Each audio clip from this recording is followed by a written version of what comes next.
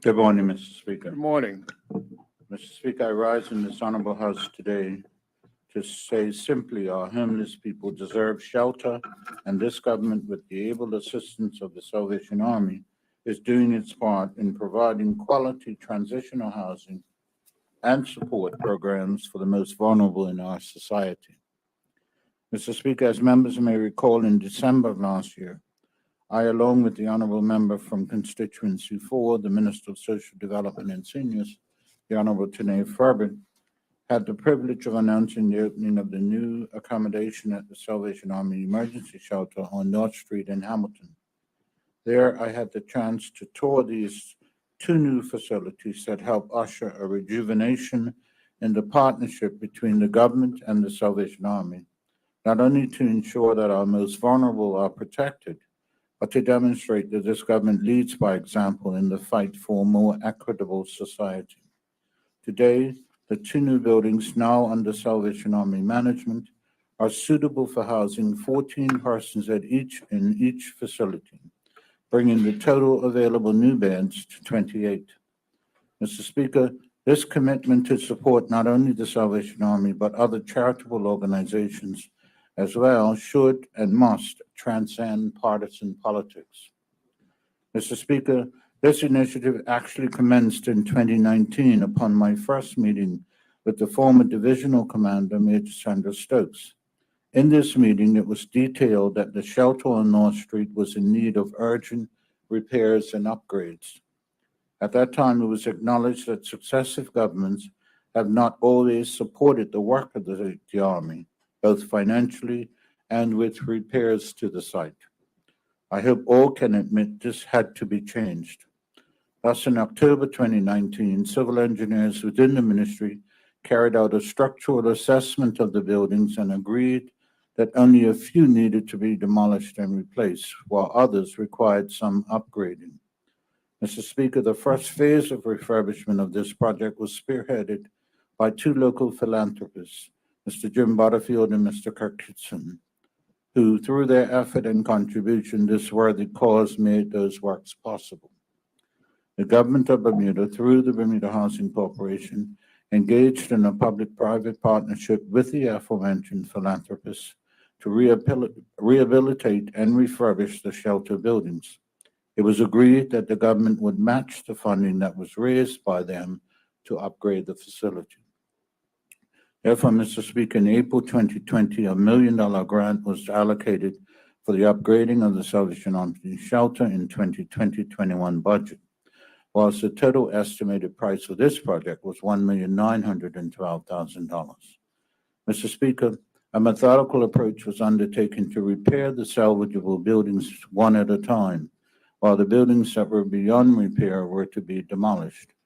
Simultaneously, while building works were in progress, consideration was given on what style of replacement building would be ideal for the site. Many transitional housing options were considered. The Salvation Army and BHC agreed on what the replacement buildings would be, the new container building design. In addition, Mr. Speaker, along with the two new builds, as mentioned before, the overall initiative saw two residential buildings housing the men and women of the shelter being remodeled, whilst the central building housing the administration staff, common areas, and the kitchen was repaired. Once these retrofits were complete, attention was then turned to the new builds. But as we all remember, the COVID-19 pandemic came upon our shores, and progress was slowed for a year during shelter-in-place and lockdowns. Work progressed, albeit sluggishly, with plans being drawn, sourcing of containers completed, surveying of the property, demolition of the old units, consultation with departments of planning, health, environment, and the fire service finalized, building supply source, piling engineering preparation, and finally construction beginning in September 2021.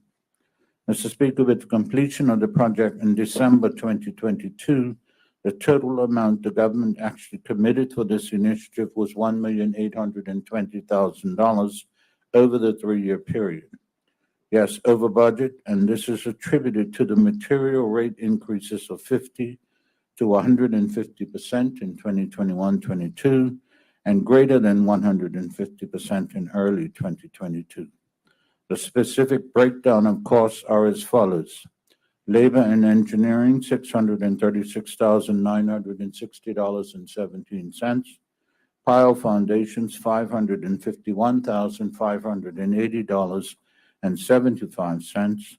Local materials, $372,633. Overseas materials and shipping, $258,826.08.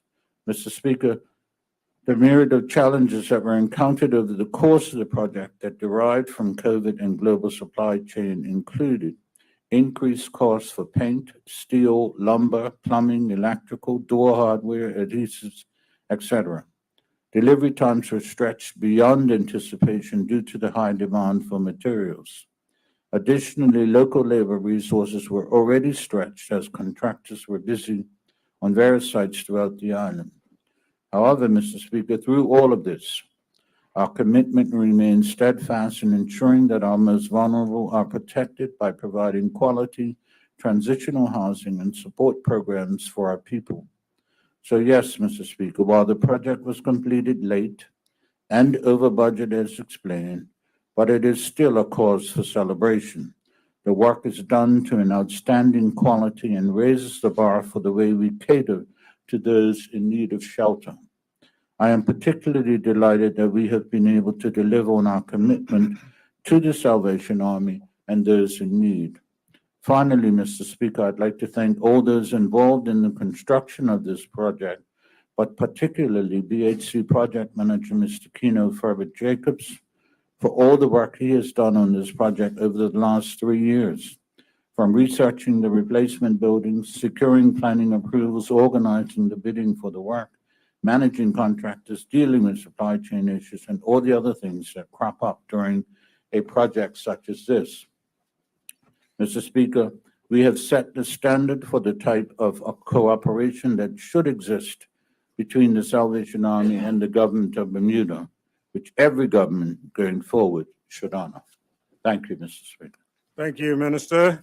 Members, the second statement this morning is the name of the Minister of Tourism. Minister. Thank you, Mr. Speaker. Mr. Speaker, this morning I rise to share with my honorable colleagues the incremental gains achieved and the challenges faced in tourism over the past year. The Bermuda Tourism Authority has worked with the Bermuda government and the stakeholder community to implement the strategic recovery plan developed to restore the island's vital economic pillar. While international business is an essential generator of foreign direct investment for the economy, the tourism sector is the largest employer in Bermuda, and its success has a tremendous impact on a broad cross-section of this country. Mr. Speaker, the people of Bermuda are aware of the pandemic's lingering impact on the community and economy, and like many places around the world, this government has worked hard to safely return our industry to a sense of normalcy. The government was committed to protecting Bermuda's residents and visitors from the devastating effects of COVID-19 on the healthcare system and the economy. Mr. Speaker, while visitor surveys hailed us as one of the safest vacation destinations in our target markets in 2021, by early 2022, COVID fatigue hit vacation-deprived travelers, and they sought to catch up on vacation time in earnest. Through content partnerships and public relations campaigns, the BTA engaged journalists from various media platforms to remind consumers that Bermuda was open for business. Mr. Speaker, while Bermuda has not yet returned to 2019 visitor volumes, moderate increases were seen in 2022, and year-end statistics underscore that more work remains to be done before reaching the baseline numbers of 2019. Mr. Speaker, in 2022, total visitor arrivals, including air, cruise, and yacht visitors, recovered to 68% of 2019. Specifically, air arrivals at 54% of 2019, cruise arrivals at 75% of 2019, and yacht arrivals at 143% of 2019. There continues to be areas of success, and the sales and marketing teams remain focused on finding creative ways to just strategically position Bermuda as a premier tourist destination for all travelers. They are committed to telling our story and securing new business in key markets, and this has led to leisure arrivals recovering to 52% of 2019 levels. The highest numbers of visitor arrivals have been sourced from the U.S. markets, which nonetheless still have a way to go to reach our pre-pandemic levels. Mr. Speaker, Bermuda is reliant on air service to connect us with our target markets, and the BTA team has worked with our airline stakeholder partners to help restore the island's air capacity for visitors, business travelers, and residents. The volume of seats available for travelers to reach Bermuda is referred to as air capacity, and last year we saw it grow to 61% of 2019 levels. We expect continued growth in air capacity for 2023. Meanwhile, hotel inventory recovered to approximately 73% of 2019 levels. Mr. Speaker, the average visitor spend per air visitor rose to $1,852 per person, up 24.8%. Total air visitor spending reached $270.1 million in 2022, 68% of 2019. Similarly, we saw growth in the average spend per cruise visitor, which rose to $255 per person, up 13% from 2019. Total cruise visitor spending reached $102.7 million in 2022, 91% of 2019. While the length of stay of air visitors was higher in 2022 compared to 2019, the average spend per day also increased from $277 to $310. The vacation rental sector, where there are currently 324 licensed vacation rental units, continue to perform well, with results exceeding the 2019 occupancy levels by 10%.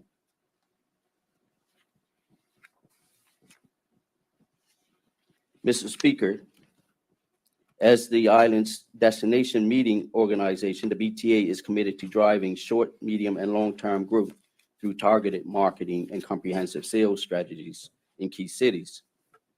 The team collaborated with our international partners to deliver a fresh, exciting marketing campaign, Lost Yet Found, which launched in September 2022. The campaign that celebrates the authentic Bermuda and features local talent in front of and behind the camera has earned numerous international accolades and has played a key role in driving visitation with enticing coverage across hundreds of premier media platforms. Mr. Speaker, I'm excited about the approach that the Bermuda Tourism Authority has employed to raise awareness and track conversion in our key markets. State-of-the-art tracking tools continue to be used to identify how digital advertising directly translates into travel to Bermuda. This means the BTA can monitor the performance of its campaigns and adjust in real time to garner the highest return on investment. Additionally, the Lost Yet Found activations and outdoor advertising campaigns connect directly with potential visitors in our focus markets in unexpected ways. A groundbreaking 3D billboard captured the attention of millions of people traveling through the Times Square, and with the goal of driving year-round travel, showcased Bermuda's most exciting spring season experiences. The Bermuda Tourism Authority also made a splash in New York, Boston, Miami, and other key cities with immersive consumer experiences highlighting Bermuda's beauty, unexpected experiences, and locals with in-person support from Bermuda's artists, culinary stars, and local mixologists. Mr. Speaker, some have expressed concern as to why we would advertise in markets without direct service in 2022, such as Boston. That's apart from the fact that it is one of our key gateway cities. The reality is that we need to see long-term demand in those markets, readying those travelers for the return of service and creating a reason for our airline partners to resume and maintain service to Bermuda. The advertising strategy was built in concert with aggressive public relations initiatives and content partnerships. Tactical outreach on both sides of the Atlantic generated invaluable media mentions, feature stories, and social media engagement. These initiatives earned Bermuda $10.2 million worth of media coverage, the value of the coverage if it had been purchased as advertising in the US alone, with additional PR exposure and social engagement in our Canada and United Kingdom markets. Mr. Speaker, the sales division is a critical engine for tourism growth. Sports tourism continued to be a strong performer for Bermuda tourism recovery in 2022, which aligns with the targets identified in the National Tourism Plan. In 2022, we welcomed for the first time the USATF Bermuda Games, our first foray into upper echelons of professional track and field. We welcomed 217 international visitors comprising professional athletes and their guests, along with agents and media representatives. The event itself generated approximately $427,000 in direct spending on the island. Media platforms produced over 300 stories with a combined audience of 639 million, valued at $1.2 million in advertising placement equivalents. Bermuda's sold event organizers when establishing our island as the first non-US meeting venue for the tour, a major achievement for Bermuda. In 2022, Butterfield Bermuda Championships returned to Bermuda's world-renowned public golf course at Port Royal. A staple in the tourism event calendar with no COVID restrictions in place, the 2022 PGA event saw a return to normalcy. This event worked well in the island's favor with significant media value and economic impact for the island, and reports on island properties reporting sold out nights during the period of the event. An official report is being compiled and will be released to the public to identify the value of the multi-year investment, as the BTA has done each year for this prestigious event. The World Triathlon Series was postponed in 2021 due to a local COVID surge. We were therefore thrilled to welcome the world-class triathlon event back to Bermuda in 2022. Of course, Bermuda's very own Dame Flora Duffy was a major draw for the event, which welcomed top-tier athletes from around the world.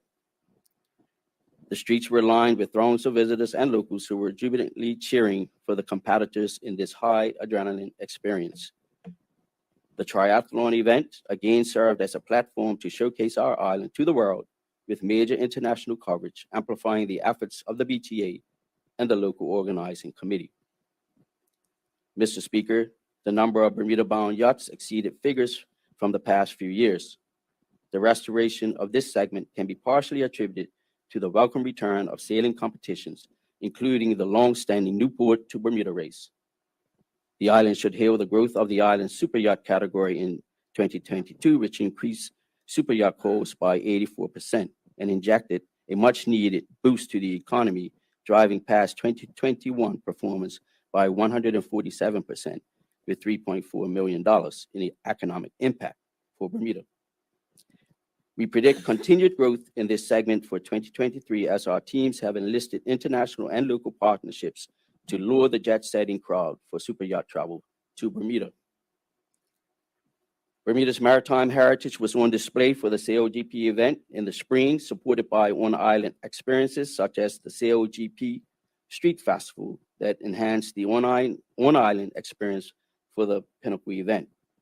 According to the PwC report on its impact, SailGP earned Bermuda $11.4 million in global media coverage, or advertising equivalent, which is, again, what the cost would have been had we purchased it.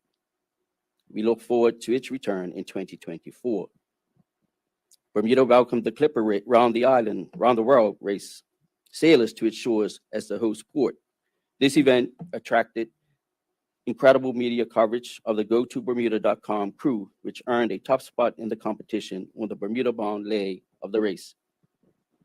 More than just a marketing opportunity, the partnership provided a Bermudian youth sailor, Matt Stevens, with an opportunity to sail on the journey, showing off Bermuda's sailing pedigree on the Seattle to Bermuda leg before joining his crew in Bermuda. Additionally, the sailors contributed to the replenishment of our natural resources with a crew of participants helping to restore Bermuda's critical mangrove population.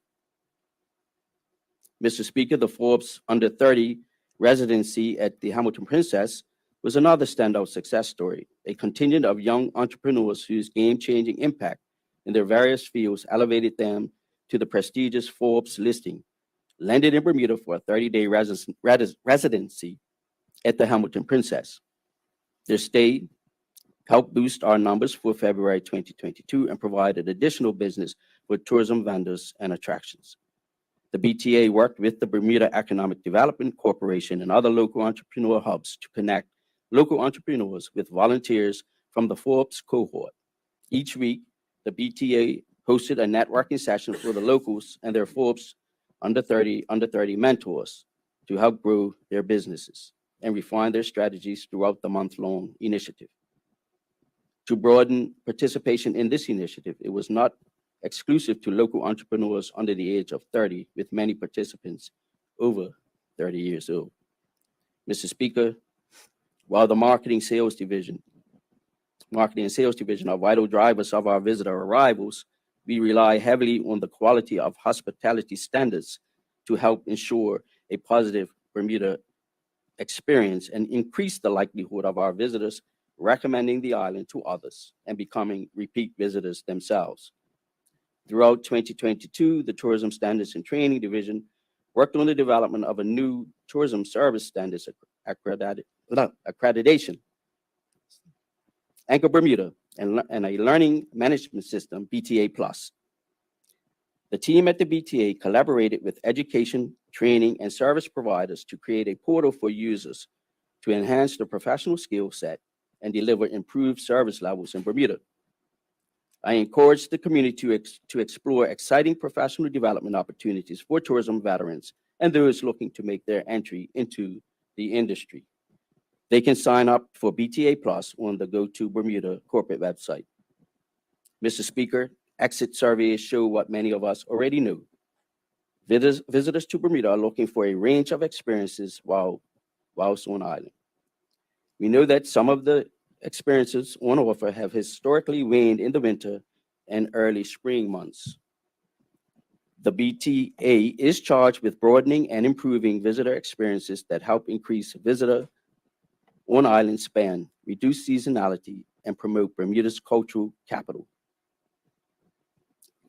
They have partnered with Bermuda's tourism entrepreneurs and innovative operators to help generate fresh, engaging, and authentic experiences through the Tourism Experience Investment Program that has provided over $4 million in funding since its inception in 2014. Mr. Speaker, in collaboration with the government of Bermuda, the BTA produced and executed a summer into fall entertainment strategy to revitalize the tourism sector to get local entertainers back to work in 2022. They cultivated festive experiences for visitors and locals alike. In 2022, they supported the promotion of entertainment, culinary, and tour experiences, including the successful Great Sound Entertainment series that stimulated the entertainment sector. The government-supported initiative came after more than 2 years of pandemic-related disruptions to Bermuda's entertainers, party planners, and promoters. As the pace of tourism's recovery enjoyed an upsurge, the island's growing visitor numbers created a demand for entertainment and memorable Bermudian experiences. The Experiences Division leveraged data from entertainment research findings to identify the type of entertainment experience for which today's Bermuda visitor is looking. Homegrown entertainment that was low-key, serendipitous, and authentically local emerged as factors most likely to enhance their on-island experience.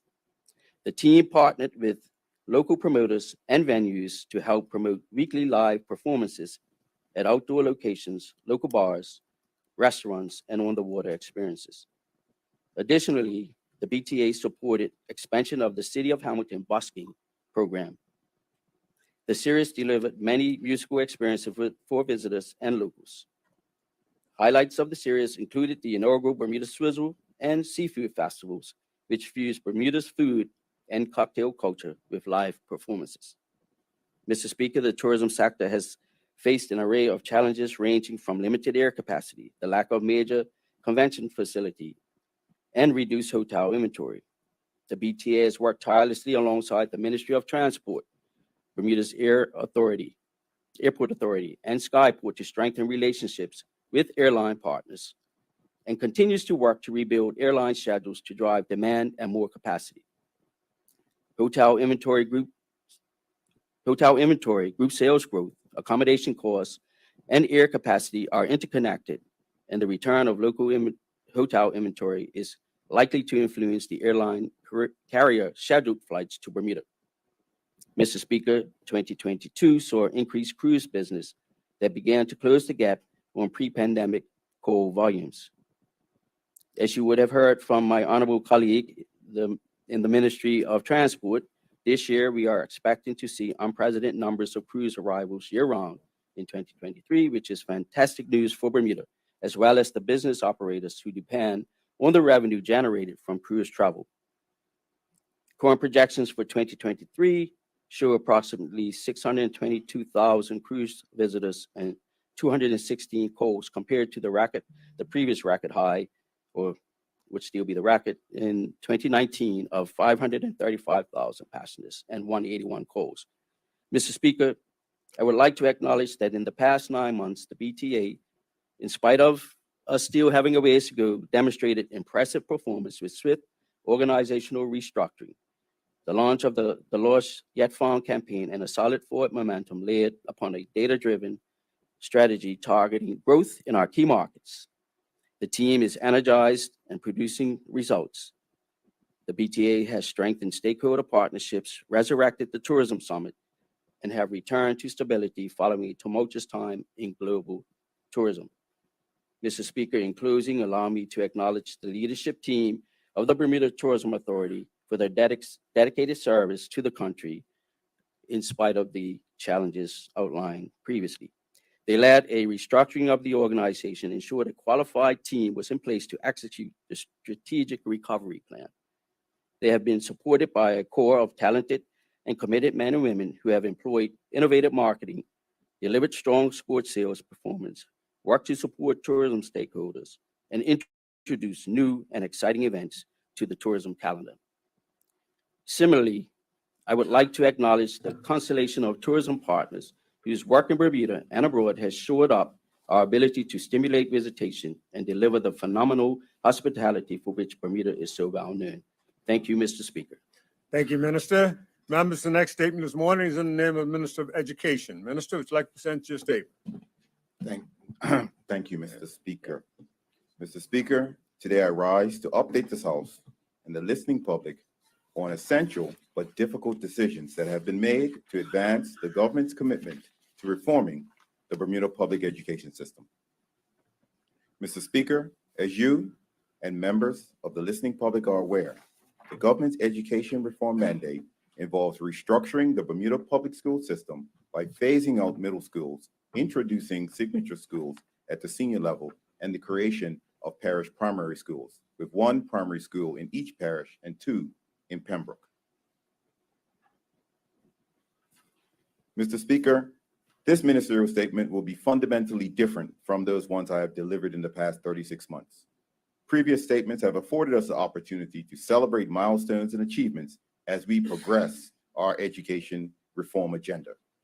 Today, Mr. Speaker, however, I'm here to update the listening public and members of this House on 2 significant decisions that have been made, and that is to close Clearwater Middle School and Heron Bay Primary at the end of June 2023.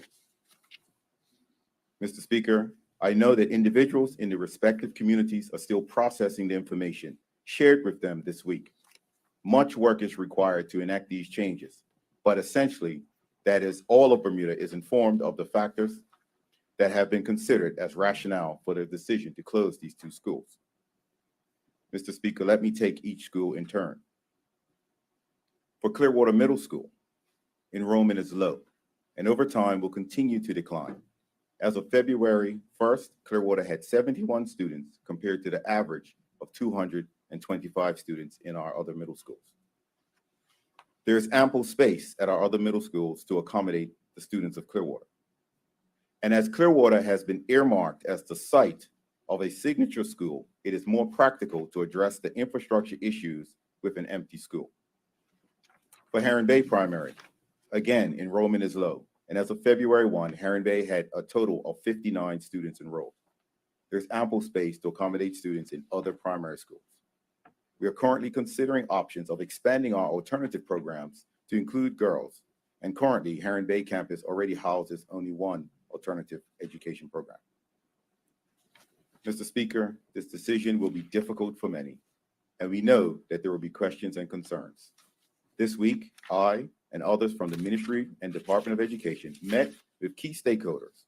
We want to ensure that they are informed of these decisions, the plans for enacting them, and the supporting structures that will be put in place to ensure the transition is as smooth as possible.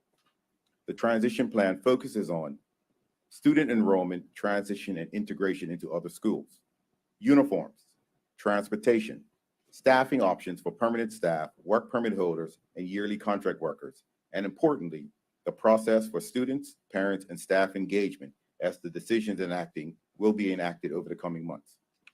Mr. Speaker, we recognize and apologize in advance for the inconvenience caused by our teachers, students, and families by this announcement.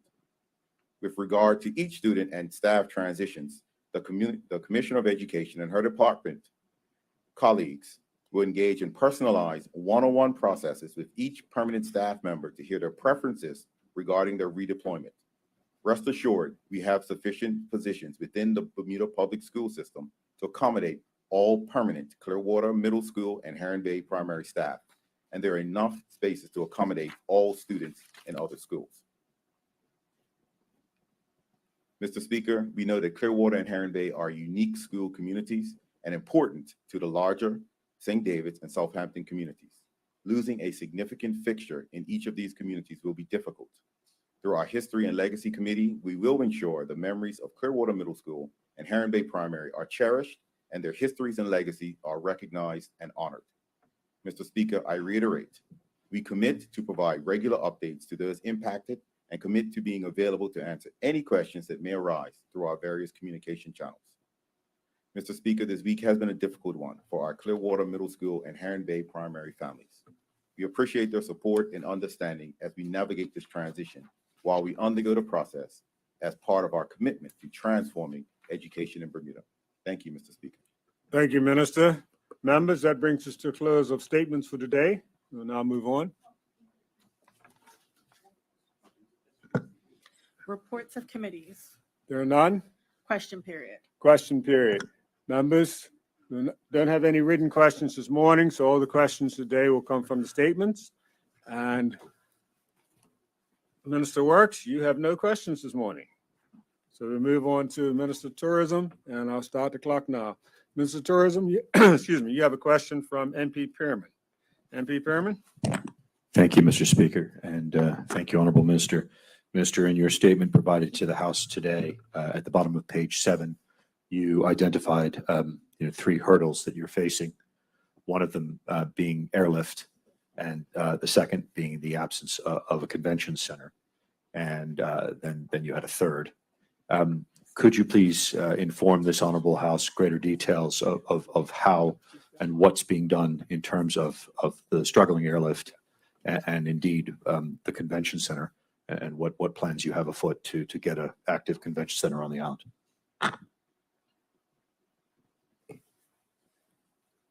Minister? Yes, good morning, Mr. Speaker. Good morning. The BTA is working closely with the Minister of Transport with a focused marketing effort in our core target markets to increase the airlift. We are all aware of the Fairmont Southampton project that brings with it a tremendous amount of convention space and caters to the group business. So that is already out in the public domain. That will be the main needle mover in that space of the convention business. But as people may or may not know, that business is booked as far as 2 years out. So whilst the development is going on, the development of that business or the redevelopment of that business can be taking place. Supplementary? Thank you. Supplementary, first supplementary. Thank you, Minister. We heard from the Minister of Transport who informed this honorable House that Delta, I believe it's Delta, maybe JetBlue, one of the two will be flying to Boston, but unfortunately not until November. Is there any plans to increase airlift between now and November that you're aware of? I appreciate you may not be able to give specifics, but will we be seeing more flights for the tourist season? Can the honorable member repeat his question, please? Well, I was trying to fit it in because it's more of a tourist, whereas more of a transportation response than tourism. Yes, but Mr. Speaker, the minister has just said that they've been working together with transport to Okay. provide this Okay. project and plan. Yeah. I mean, if the minister chooses to not answer it, that's up to him.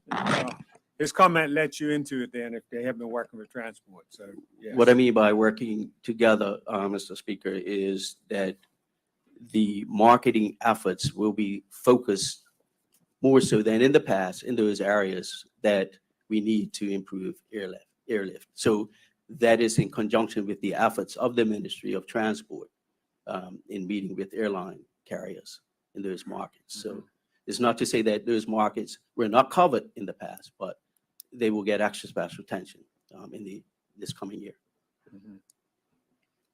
Second sub? Yes, second supplementary. Turning from airlift to the convention center, given as you've just told this honorable House correctly that these things are booked 2 years out, where would you see as the best opportunity for Bermuda to have an active convention center in the immediate future? Yes, sir. I would like to remind members that we do have a hotel that can cater to certain size groups, and that is the Hamilton Princess. So it's not like we don't have any group business, but the really large groups, the only property on island that we had in the past and hopefully will have in 2024 is the Fairmont Southampton. But the Hamilton Princess does have a capability of holding group business. And I'm not sure of the capacity, but it's would be considered in the medium range of group business as far as levels. Thank you. Second question? Thank you. Third, I think, supplementary. Second question. Oh, second question. You've done your two supplements. You're keeping an eye on me, Mr. Speaker. Yes. Thank you. I want to stick with the convention center with capacity. You've identified how the existing Hamilton Princess Hotel is in the medium size. In terms of large size, where do you see that developing, if at all? Yes, sir. Mr. Speaker, I thought I answered that by saying that the only capability on the island would be the Fairmont Southampton once revamped, as it stands now. Supplementary? Supplementary. Yeah. If that's Plan A, the Fairmont Southampton for large size conventions, is there a Plan B? Minister? Mr. Speaker, we know there are other hotel properties that are closed. We are constantly looking to support any interest in those properties to reopening. We have discussions with potential developers, and we discuss their plans and what they see fit. We will continue to encourage investors in our tourism product. At the end of the day, it is the developer's concept of what works best for them. Our main focus at this stage is to get properties reopened, get more beds available to the industry. And right now, as it stands, I can't foretell the future. The only property that we have that can cater to the large group business is the Fairmont Southampton. Should we sit before an investor that has a plan to develop a second, we will work with that developer and encourage that development. Thank you, Mr. Speaker. Second sub? Yeah, second sub. Still on that point, thank you, Minister, for your helpful answer. When you contact these investors, when you sit before these investors, as you've just said, what is the reluctance that they're identifying to make the investment for a large convention center in Bermuda? Minister? Mr. Speaker, I think it's inappropriate to discuss the content of my meetings with private investors. Okay. The specific content. Third question? Thank you. I'm not asking the minister, it's my third question, but it's still the same area. I'm not asking the minister for specifics. I'm not asking for any confidences to breached or even to name parties he's talking to. I'm just wondering, in terms of policy and development and solutions, what are the concerns being expressed? Minister? There are a number of concerns around sensitivity to the local environment and the impact that it will have on the surrounding areas. But again, the driving factor is whether or not they can marry those factors in with running an operation that will be profitable and bring a return on their investment. Now, I don't know what else to say beyond that, Mr. Speaker, because when you get in business, one of the primary factors is profitability. So if a developer that sits before us and says a large scale development will work within their model and bring profitability as well as address other local issues, then we will work with them. But until we have that materialize, we'll just continue to sit with investors with the plan that they bring to the table, help them in any way that we see fit that it can be modified to both benefit the developer and Bermuda as a whole. We will continue to do that. First sub? Supplementary, thank Yep. you. Thank you, Honorable Minister. In addition to the concerns of return on investment and profit that you've just identified, are you hearing that there are concerns on delay in delivery?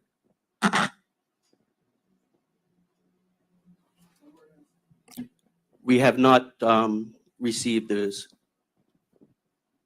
Thank you. concerns. Second sub? No, I'm done. Thank you, Mr. Speaker. Thank you. Thank you, Honorable Minister. Minister, that's all the questions for you this morning. We'll now move on to the next statement. Minister of Education, there are quite a few members who indicated they'd like to put questions to you this morning. The first is MP Wade. MP Wade, would you like to put your question?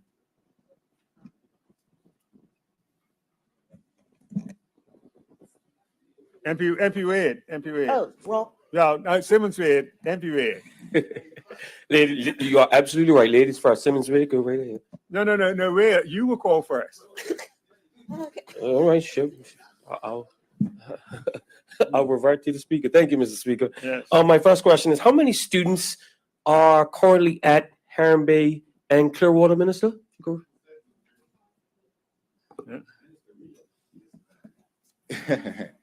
There are currently 71 students at Clearwater with, and in taking away M3, we will have to place 21 M2s and 26 M3s. And currently there are 60, I'm trying to remember, there's 58 at 59 by your statement. 59, and there will be 61 students that we have to place because there will be 9 P6s moving on. Okay. Supplementary? Yes, one supplementary. So what does that average out for each year level in the primary school, Minister? Just over 10, just about 10, because we have P1 through P5 and 51 students, so that would be 10. Second sub? Supplementary. Second sub, yes. What's the maximum number that we can have in classrooms right now, Minister? The maximum number varies. It actually is decided on a year-by-year basis by the minister. We haven't decided what our maximum numbers will be this upcoming year. For the year that we are now, from P1 through P3, it is, going from memory, I believe it's 16, and from P4 through P6, it's around 26, between 26 and 28. Second question? Thank you, Mr. Speaker. This closure of these schools is obviously going to impact students, staff, and the parents in various ways, Minister. What has been set up to support the emotional well-being of said students, staff, and parents? Minister? Thank you. As part of the implementation plan, the commissioner and her team have worked directly with school leaders to determine how we can move forward. We've had meetings with both schools, PTAs, and staffs this week, and the final implementation of the plan will depend on the feedback that we get from parents along the lines of what their particular needs of their students are and what schools they are desirable of transferring to. And with the teachers, it is discussing with them what is their preferred schools to be transferred to, what their preferred subjects, and those types of things will happen. But because of the number of staff and children that we're talking about, the intention is that there will be individualized meetings with each and every one of them and students and their parents to have those discussions. First sub, rather. No, thank you, Mr. Speaker. Okay, thank you. Minister, still have other members. MP Adams? Not in? MP Simmons Wade?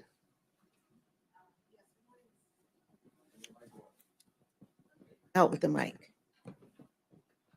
My first question is, I understand that quite a few parents already have purchased their uniforms for the next school year, and they were not aware of the fact that the school was closing.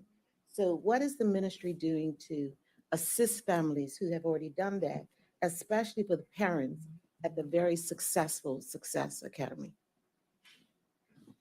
Minister? Mr. Speaker, we have already initiated a school voucher program that will be in place.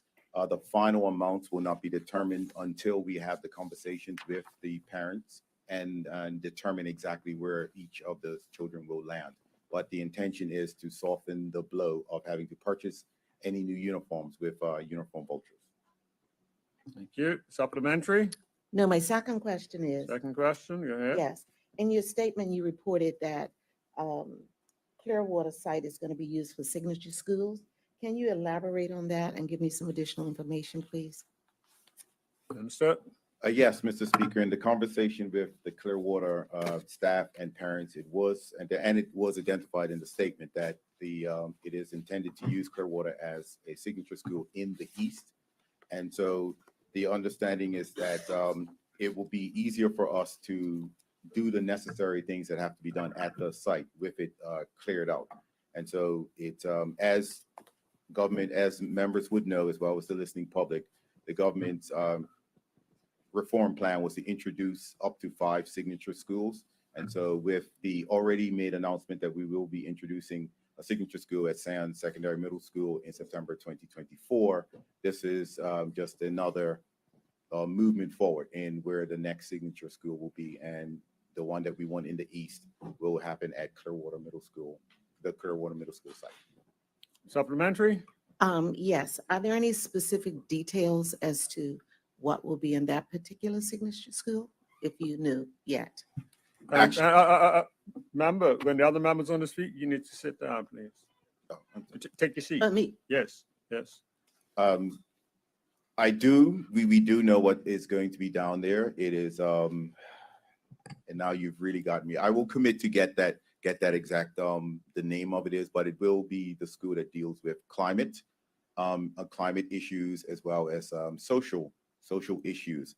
And one of the reasons for picking Clearwater is its proximity to BIOS and BAMS, which we already have memorandums of understanding in the terms of developing our signature programs, and the proximity of that school to those locations bodes well for having it actually there. There is also a program between Arizona State University and BIOS that we've had conversations with Arizona State University over the last couple of years, and how we can integrate some of the things that they're doing along with BIOS into what the new signature would be. Thank you. Second question? That sounds exciting. Thank you very much, Minister. Supplementary? MP Jackson? Thank you. Good morning, Mr. Speaker. I'd just like to ask the minister if there's any timeline on when he believes that the Clearwater Signature School would open. Minister? Thank you, and that is a very topical question. We are in the process of completing what we're calling the master plan, and we anticipate, I had set what I consider an unrealistic date for the team to have it ready by the end of February, but they've done an extremely good bit of work on that, and we're in the process of dealing with what the necessary things of actually presenting it to cabinet, and then it will be shortly presented to the general public and obviously presented here. But there will be a master plan that talks about when schools will phase out, when schools will phase in, and the like. Ideally, we're looking at about 2 years for that school to come into play. Supplementary, oh, you're good? No, good? Okay. MP Famous, you're down to ask questions. You want to put your question on? Morning, Mr. Speaker. Good Morning. morning, colleagues, and good morning, Bermuda. Minister, are all these school closures really about saving money, or what really is going on there? Minister? Yeah, yes, member, that is a question that does come up.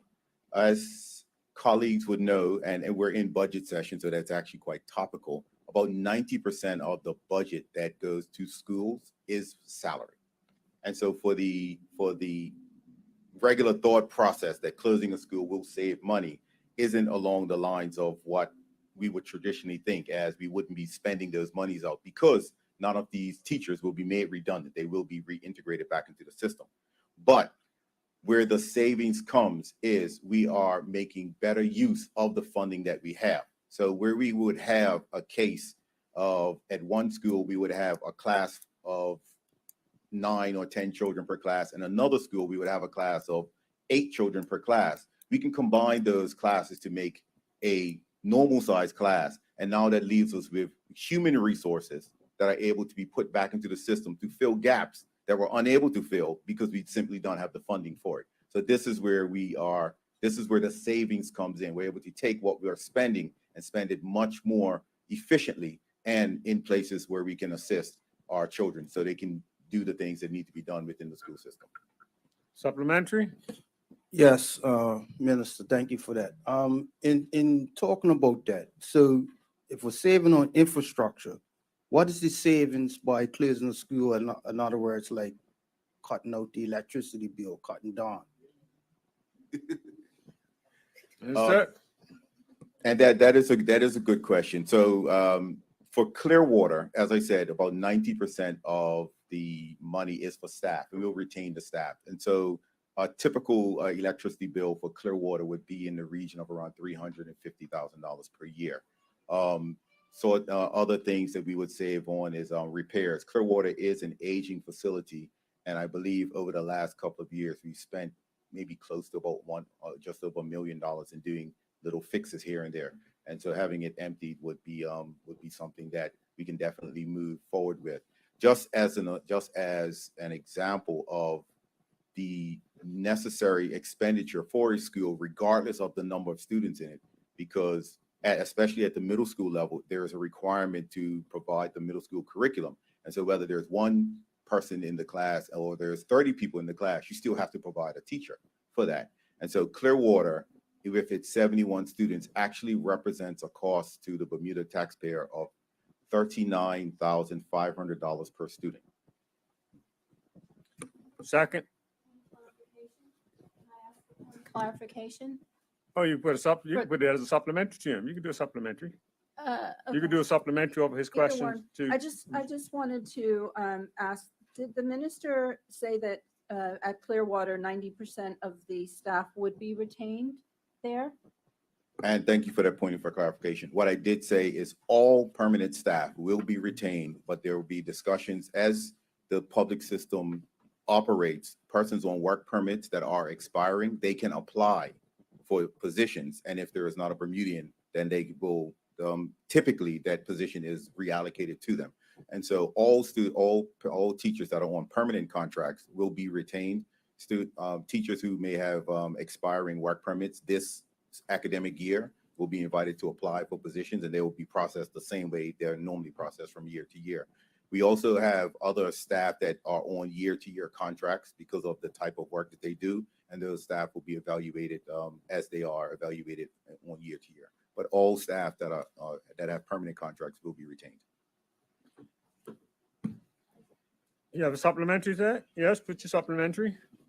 Thank you. I just want to make absolutely clear. So when you're saying retained, it's retained within the whole wide education system in Bermuda versus being retained at Clearwater for those teachers that are. Well, they can't be retained at Clearwater because Clearwater is closing. They will be retained inside the system and they'll be reallocated. And in ministerial statement, I did speak to the process of the Department of Education will have one-on-one meetings with all of the permanent employees, as well as the work permits and all of the employees, to have a conversation about what is their desired location, where they would like to be within the system, to hopefully accommodate them as much as possible. Thank you. Mr. Famous, do you have a supplementary to your original or a new question? A new question, Mr. Okay, go on to Most your new likely you'll question. have a supplementary, Mr. Speaker. Okay. Could the minister tell us, I may have missed it, at Clearwater and at Heron Bay, what was the average size of each class? He just answered that, but okay, The average size, we said the average size at at Heron Bay is around 10 per class, and it's a little bit more difficult to calculate the average size of class at middle school because it's a different type of schooling system, and so you may have the M3 class, but some of them may be in one course while some of them are in a different course, and so it's not particular. But what I can say is that Clearwater Middle School has 71 students, and 71 students with all of the other middle schools averaging 225 students. As an aside, the maximum enrollment in any of our middle schools is 300, if you want to make that sort of comparison. supplementary? Yes, Mr. Speaker. I don't ask questions randomly. Mr. Speaker. Minister. Speak to the chair, speak to the chair. Thank you very much, Mr. Speaker. So there's been this growing trend since I went to school that smaller classes are better. Less students, more attention that the teacher can spend on each child. So why is it that we have these classes that are small, but when you combine them, moving these children to other schools, you're going to make these classes bigger? Is that not reversing the trend that we want? Minister? Mr. Speaker, as our schools, as our population has shrunken and people have had less children, I believe the birth rate has been in decline since the mid-70s in Bermuda. People don't realize that. People don't realize it's been in decline since the mid-70s, and we've been going in the opposite direction. And so what we've, Mr. Speaker, is to speak very candidly, in 1988, and trust me, I'm losing my mind reading all this data all the time. In 1988, we had nearly 8,000 students within our student population. In 2023, we have just over 4,000. Interestingly, in 2023, we have more buildings than we had. We have more buildings and more educators than we had in 2088. But I think what has happened is persons have become accustomed to smaller classes and believe, and there's this growing trend that says the smaller the class, the better outcomes for the students. But Mr. Speaker, there is virtually no data that supports that statement. What data does support is that the best outcomes for students within the school system is, one, the quality of teaching, and two, the quality of the parental involvement. And when we have those two clicking over, you look at any of our schools that people consider doing quote unquote well, you'll see that combination is really working well. And so when we talk about number of students within classrooms, there is what the OECD calls sweet spots, but having 9 and 10 in a class is far below what that sweet spot is. And so the sweet spots are determined by age. In certain ages, more socialization is needed than actual academic work. And as they get older, the academic work becomes a bit more important than the actual numbers in the class. But you're able to have more children within a class as you get older because they're more independent. They require less attention. And so the idea that the smaller the class automatically equals better outcomes is a misnomer. And all data shows that that is not the case. Your second sub on the second question or your third Second- question? Second and last supplementary, Okay. Mr. Speaker. So I have a supplementary on the first sub. You see me standing, man? Okay, one sec. You have a sub I have a Related supplementary, yes. on the response? Yes, before we Okay. move on. Remember, because this sub is related to the response. Put your sub. Thank you. Minister, when answering that question, you indicated that student numbers had fallen to just above 4,000. I assume that that's government schools. If that assumption is correct, do you know what the private school numbers is? Has that gone up or down? Minister? Mr. Speaker, I had quoted from the data from 1998 to 2023. In fact, the member is right. The numbers in private school has declined as well. It hasn't declined as much as public school, but there is a decline in both sides. And that we attribute that to the lowering birth rate. There is a attrition between public and private. And of course, when I talk to my private counterparts, what they're finding is they're finding their students are being sent overseas to boarding schools a lot earlier than they normally would in their process for whatever reason. Number? Yes, back to my question, Mr. Speaker. Can the minister tell us, is there a maximum number of students that should be in the class? Mr. Speaker, I did answer that earlier on. The maximum number is set by the minister every year. Currently, right now, in the lower primaries, it's, I believe it was around 16 or 17. And in the upper primaries, it's about between 25 and 28. Thank you. Supplementary, anyone? No? Government Whip, do you still like to put your questions? Thank you, Mr. Speaker. Good morning, colleagues. Minister, I have heard on the news, and several others have who have called me, say that there's no space at Whitney and Delwood, meaning that Clearwater students will have to go to Sands. Can you elaborate on that, please? Minister?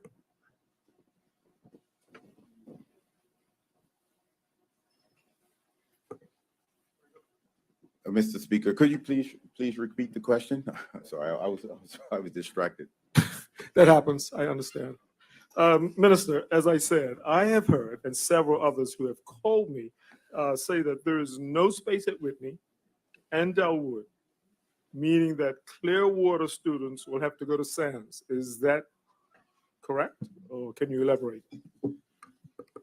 Mr. Speaker, as I had stated earlier, the maximum enrollment at the middle school is 100 per year, or 100 per year. Currently at Cedar Bridge, currently at Clearwater, we have 21 M1 students and 26 M2 students who will need to be transferred because the M3 students will be going off into signature school.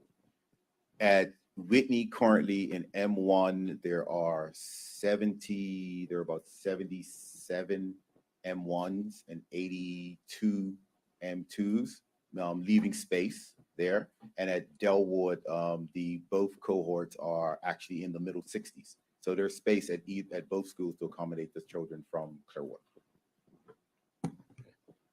Did that answer your question? Because I think you asked something about students going to Sands. Yes, Minister, that was part of it. Yes, and so and I've read that in the paper as well. Someone had called the news and said that they had heard that Whitney and Delwood was full, and my child would have to go to Sands, and how my child could go to Sands by staying in St. George's. And so that was there is space at Whitney and there's space at Delwood to accommodate, I believe, at both schools to accommodate all of the students if that's where they wish to go. But we anticipate Whitney would be the preferred location unless there is a issue with Whitney. And we did have that one parent said that they do not want their children to go to Whitney. They prefer Delwood when we met with them. So there will be some persons going to Delwood, it looks like. Supplementary? No, Mr. Speaker, but thanks for the clarification, Minister. Okay. MP I have a supplementary. Okay, put your supplementary. Yeah, my question is, the M1 students that are at Clearwater, is that the projected enrollment into M1 number of children? You've so far, because we've got three, M1, 2, and 3, right? So M3 is going to go to Signature School. And so the M2 children, they definitely have to find another middle school because they have to go, right? But the M1 children will be the incoming population from the area primary schools. And you've already projected that to be the 60 or whatever it is, right? Okay. Minister? Thank you. The projected, as Francis Patton is becoming a parish primary school, which is one of the feeders into Clearwater, there will be no students from Francis Patton going to Clearwater. That leaves St. David's, East End, and Prep.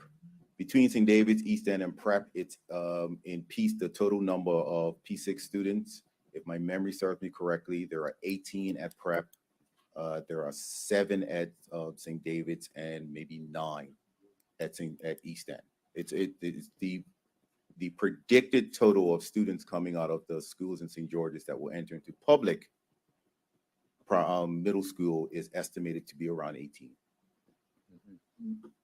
Now, supplementary? Yes, I have a supplementary. Supplementary. You'd answer the question from MP Tyrrell about the people who are moving, who are the year one, M1 now, M2 now, and the incoming. And you had indicated Delwood and Whitney. Will there be choice given to those parents? You've answered the question on space. Will there be choice? Will they be able to choose between Whitney or Delwood, or would that be decided?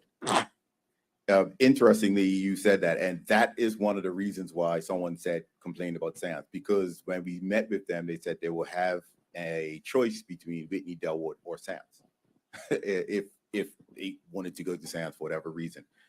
So the choice is theirs. The choice. Interestingly, in the data that we looked at, one of the students' address was a SN, which means which means Southampton. And so we just figured if that is where they actually do live, they may want to go up there. But what we do recognize is the numbers that I gave you. There may be a situation where if all of them want to go Whitney, they may not all fit. And so there will have to be accommodations along those lines. But the choice is going to be theirs, and we're going to try and accommodate everyone's first choice as much as we can.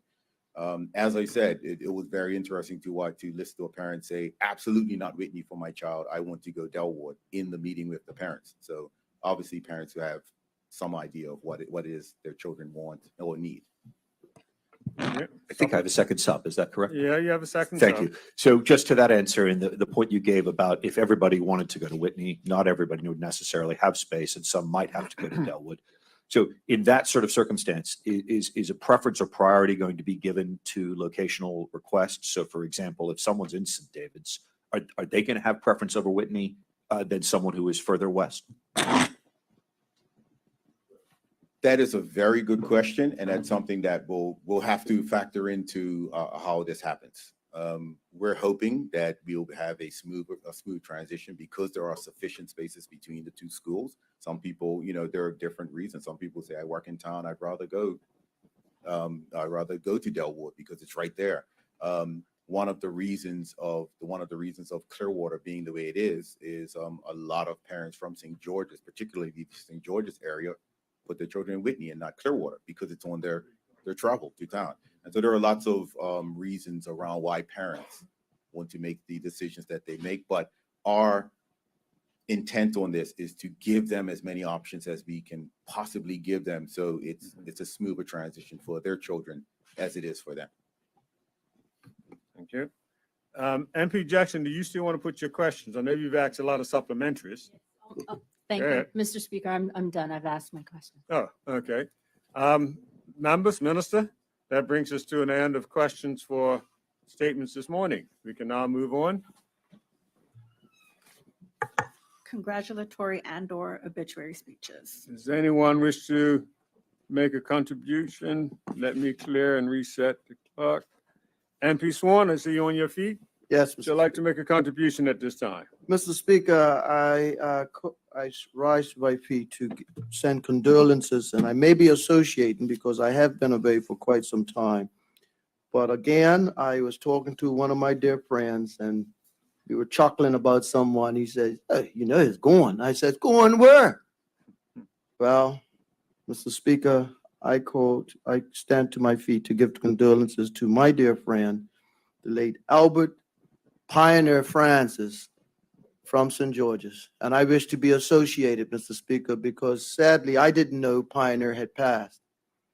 And he's one of the first characters I got to know when I actually came to work in St. George's proper, when we took a trip together with a group of golfers in 1987, the day, 2 days after, or the day after Hurricane Emily hit. And we went to Cape Cod on a contingent with the Bermuda versus the New England PGA group. And stories from that trip go on today. And his family, he had two sisters that married Whale Bay fellas. One still lived in there, married a Lambert, and Noel Van Putten was his brother-in-law. I knew his brother Bob Cat. I knew his late brother Bob Cat and his late brother Kingsley Albari. His two sisters I've mentioned it as well, and his family, his grandchildren.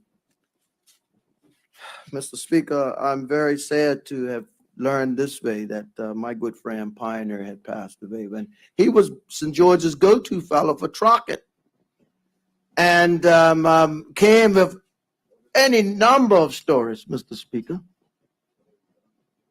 And Mr. Speaker, it's been done, but not done by me, because this is my dear friend who I'm associating my comments with. And I'm giving him due respect because I got to know him very well. He's part of my family, part of my life, and very much a part of my St. George's connection. And I want his family to know how much I will miss him, how much I will miss connecting with him down on the bridge, in the square, talking about our times and travels and like, Mr. Speaker. And I thank my good friend Brutus for sharing with me that he had passed this morning when I gave him a call to say hello. And all I'd say in closing to my condolences associated with Pioneer, Albert Pioneer Francis, is goody goody. Thank you. Does any other member wish to make a contribution? MP Keynes? Thank you, Mr. Speaker. Speaker, I'd like to acknowledge some birthdays in my constituency. Miss Gloria Grieve, she's 86 years old, Mr. Speaker.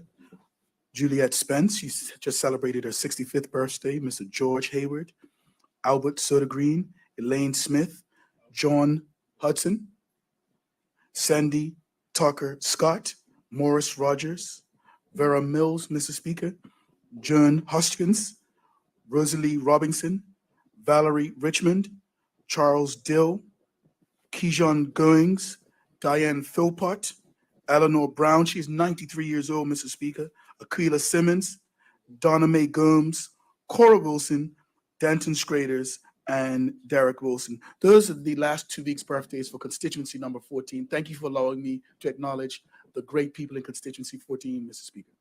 Thank you. Does any other member wish, MP Jackson?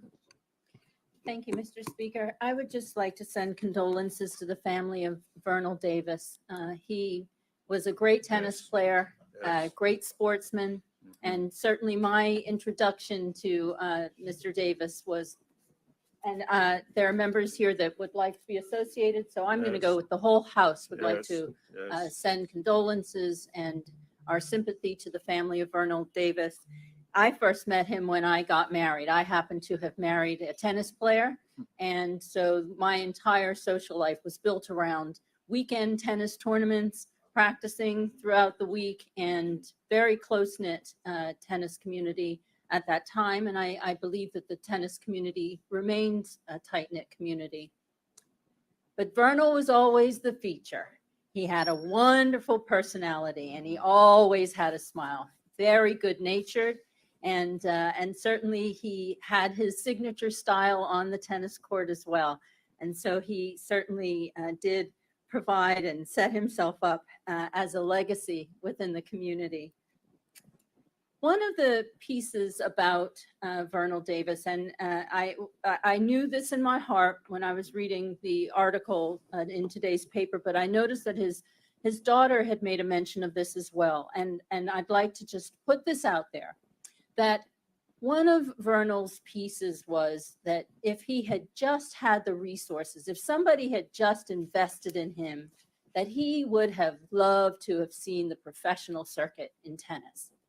And so, even if one day in the distant future, it becomes his legacy that we are able to put in an investment into those people those athletes who really take tennis as a lifestyle. And certainly Vernal walked around in his tennis shorts until he was in his retirement years, like he just didn't give it up. And if we could find an opportunity to support our young people so that maybe one or two might reach that professional level and he would be able to see his goal achieved from heaven, I believe that would certainly sit well with Mr. Davis. And so with that, I'd like to take my seat, but again, deepest sympathy and condolences to the family. Thank you. Does any other member? MP Famous, you have your 3 minutes. Mr. Speaker, I'd like to start off with some condolences. The family of Mr. Llewellyn Eugene O'Neill Hackett of Collectors Hill is one of my constituents. His daughter, Eunice Birch, and Dion Hackett, and a few others. And also Mrs. Patrice Elizabeth Palmer Hudson, commonly known as Betty. She will always be a Devonshire person. Born on Jubilee Road, lived on Green Acres, and now resides at Christchurch, Devonshire. Mr. Speaker, her service was uplifting, and it had a true turnout of all the Devonshire families. Her daughters, Claudel and Amy, were there, and much of our extended family. Christchurch family, some of the Hudsons, they took some of our people. Mr. Speaker, moving to a different topic, I'd like to congratulate Ministers Colonel Birch, the AG, Minister Tanae Furbett, and Minister Vance Campbell for the vision in transforming what some people know as police barracks down the east. Some call it the garrison. Yesterday, the Ministries of Works and Engineering, Child and Family Services, and Department of Quango, Bermuda Housing Corporation, were present when there was an opening for what we call now, it's called the Independent Living Center. What it is, Mr. Speaker, in 1 minute or less, is as our children who were in the foster system aged out, they often had nowhere to turn to, and some went in ways that they should not have went to.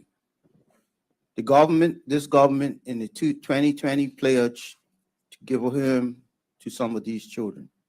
There are now 12 units down there, 6 males, for 6 males and for 6 females. And I just want to thank the ministers and all their departments, especially the AG for her vision, her drive in getting this done. Thank you, Mr. Speaker. Thank you, member. Does any other member wish to make a contribution? None? We'll move on. Matters of privilege, There are none. personal explanation, There are none. notice of motions for the adjournment of the House on matters of urgent public importance, There are none. introduction of bills. There's 2 bills to be introduced this morning. First is in the name of the Deputy Premier. Deputy Premier, would you like to introduce your matter? Yes, thank you, Mr. Speaker, actually doing on behalf of the Premier, as I am holding acting Premier, Yes. I am presenting the bill. Mr. Speaker, I am introducing the following bill for its first reading so that it may be placed on the order paper for the next day of meeting. The Public Holidays Amendment and Validation Act 2023. Thank Thank you, you. Mr. Speaker. And the second is in the name of the Minister of Works. Minister? Thank you, Mr. Speaker. I'm introducing the following bill for its first reading so that it may be placed on the order paper for the next day of meeting. The Municipalities Amendment Act 2023. Thank you. Minister? We move on. Opposition bills, There are none. private members' bills. There are none. Notice of motions, There are none. orders of the day. And members, and particularly for our listening audience, we're now at the stage again today where we'll resume the debate on the economic debate on the expenditures and revenues for the coming year. And this morning, the first ministry up would be that of national security. And members, and particularly listening audience again, as you know, there are 8 hours set aside each day for these debates. And the first 5 hours are for the national security, and the remaining 3 hours to go to youth, culture, and sport. And this morning, as you know, once we go into committee, the speaker's out of the chamber, and the House is turned into the hands of the chairs, led by a panel of chairs. And this morning, MP Pearman will be the first member of the panel of chairs in the chair, and the House will be under his direction when we get into the first debate, which is national security. Deputy Premier? Yes, Mr. Speaker, I move that the House do now resume in Committee of Supply to consider the estimates of revenue and expenditure for 2023, 2024. Are there any objections? There are none. Members?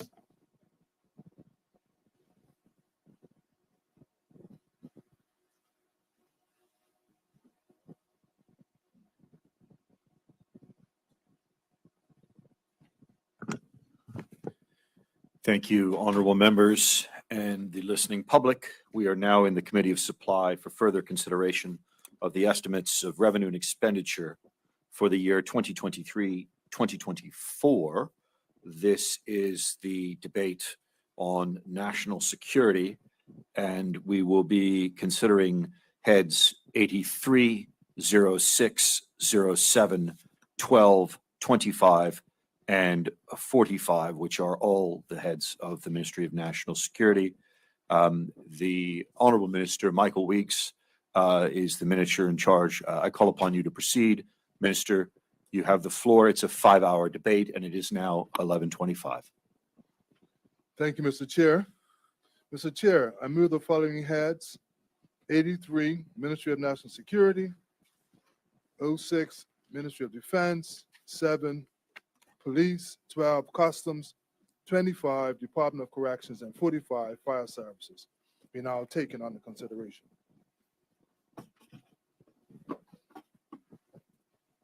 Mr. Chairman, honorable members, I am pleased to present the current accounts estimate for the Ministry of National Security Headquarters, Head 83, which can be found on pages B257 to B260 of the estimates of revenue and expenditure book.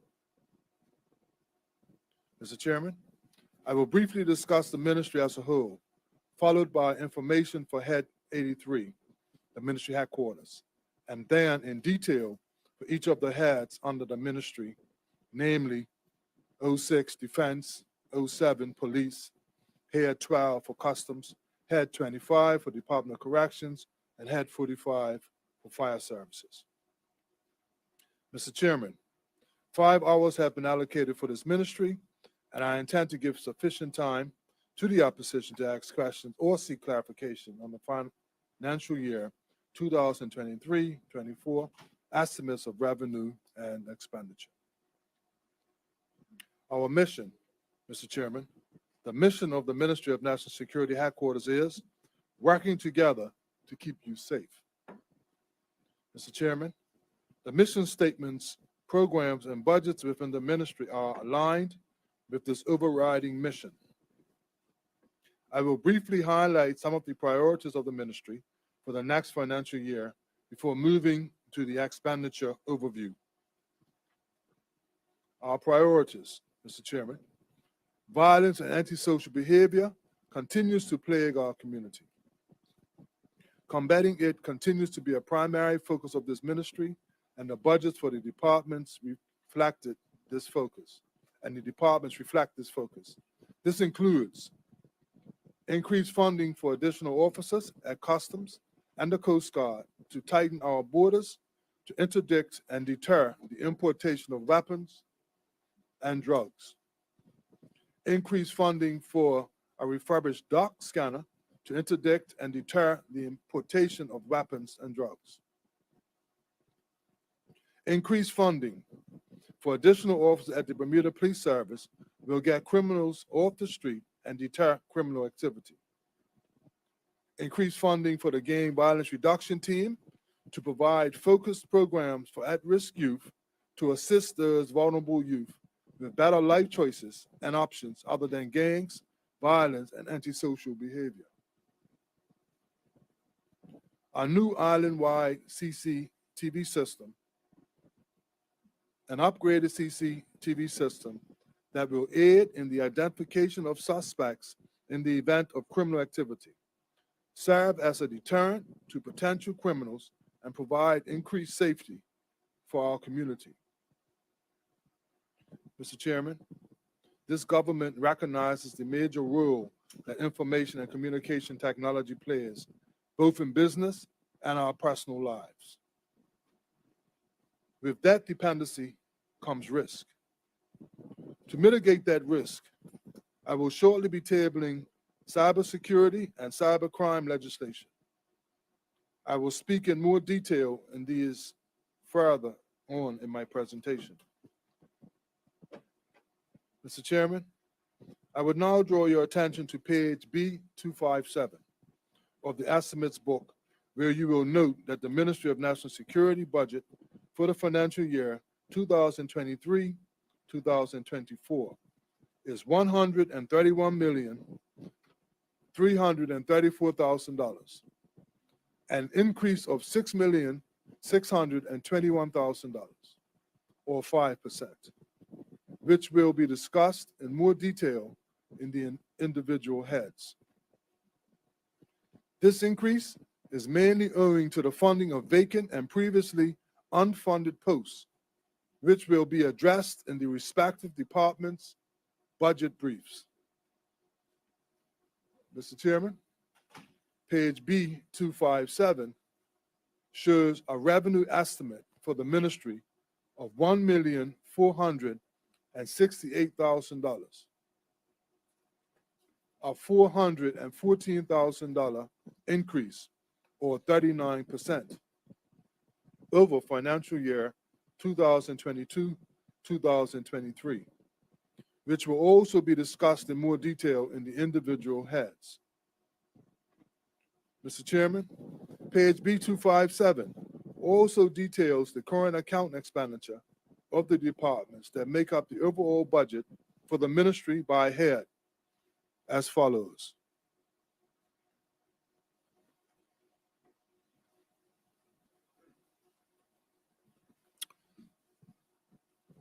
Head 83, Ministry Headquarters. Estimate of $2,683,000. The financial year of 22-23, the estimate was $2,018,000. Head 6, Defense. For the financial year 2022-2023, the estimate was $7,857,000. This year, Mr. Chairman, 2023-24, the estimate for defense is $8,558,000. Head 7, which is police. For financial year 2022-2023, the estimate was $62,158,000. For this financial year, 23-24, the estimate is $62,625,000. for Head 12, which is Customs, for financial year 2022, 2023, the estimate was $16,575,000. For this financial year, 2023, 2024, the estimate is $17,696,000. For Head 25, which is Corrections, for 2022, 2023, the estimate was $22,893,000. For 23, 24, the estimate is $24,892,000. For 45 fire services, the estimate for the financial year 2022, 2023 was $13,212,000. And for this financial year, 2023, 2024, the estimate is $14,880,000. That gives us a ministry total of $124,713 million from financial year 2022, 2023, and an estimate for 2023, 2024 of $131,334,000. Mr. Chairman, page B257 also details a capital budget of $5,815,000, which I will address in more detail in the respective heads' budget estimates. Mr. Chairman, you will also note on page B257 that the employee numbers are increasing for 2023-2024 from 1,065 to 1,106. This is an increase of 41 funded posts or 4%. I will address the changes that make up this total in each of the heads' budgets. Head 83, Ministry Headquarters. Mr. Chairman, I now turn to the current account estimates for Head 83, the Ministry Headquarters, which can be found on page B258. Mr. Chairman, the objectives of the Ministry Headquarters are to ensure the minister's policy objectives are met, to ensure that the ministry and departments deliver services effectively and comply with relevant legislation, policies, and procedures, to plan, mitigate, and respond to threats to security, to reduce crime and antisocial behavior, to promote public safety. Mr. Chairman, the Ministry of National Security's headquarters budget allocation of $2,683,000 for financial year 2023-2024 represents an increase of $665,000 or a 33% increase over the 2022-2023 budget allocation. This is primarily to provide a $325,000 increase to the gang violence reduction team programs, $150,000 to cover the fees for the Liquor License Authority, and $190,000 for legal fees and incidentals. A general summary, Mr. Chairman. Mr. Chairman, on page B258 of the current account estimates, you will note that there are 7 business units within the ministry headquarters. The estimate for business unit 93000 administration is $1,567,000, an increase of $360,000 or 30%. This comprises $150,000 to cover the fees for the Liquor License Authority and $190,000 for legal fees and incidentals, and $20,000 for maintenance fees for radio equipment. Mr. Chairman, the estimates for business unit 93002 93003 and 93004 are for the Parole Board, Treatment of Offenders Board, and Police Complaints Authority, respectively, and are unchanged from the original and revised estimates for financial year 2022-2023.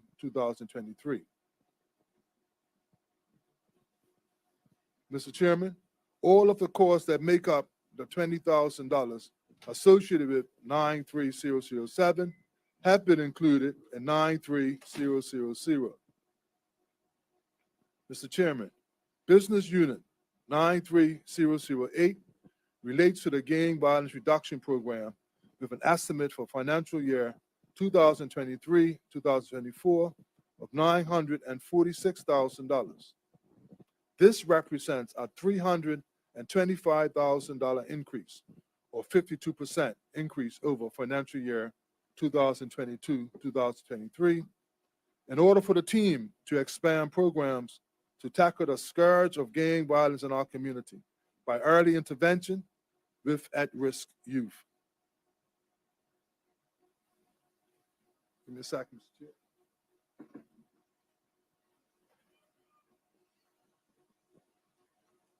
Mr. Chairman, the final business unit in the general summary on page B258 is for business unit that are not being funded this year.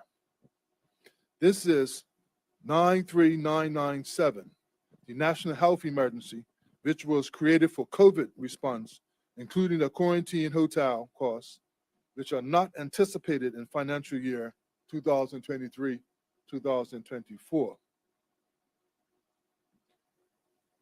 Mr. Chairman, I would now like to address B259 of the current account estimates. This page includes the subjective analysis of current account estimates and the employee numbers or full-time equivalents.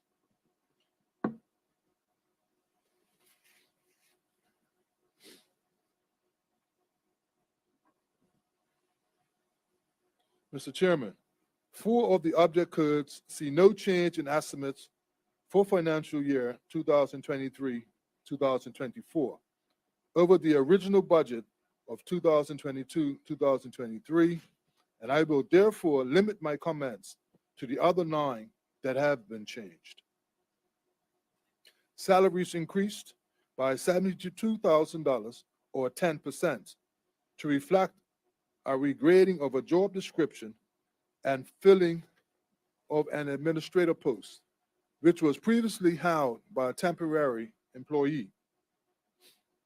Training has been decreased by $16,000 or 44% to reflect the decreased need for training for national security risk.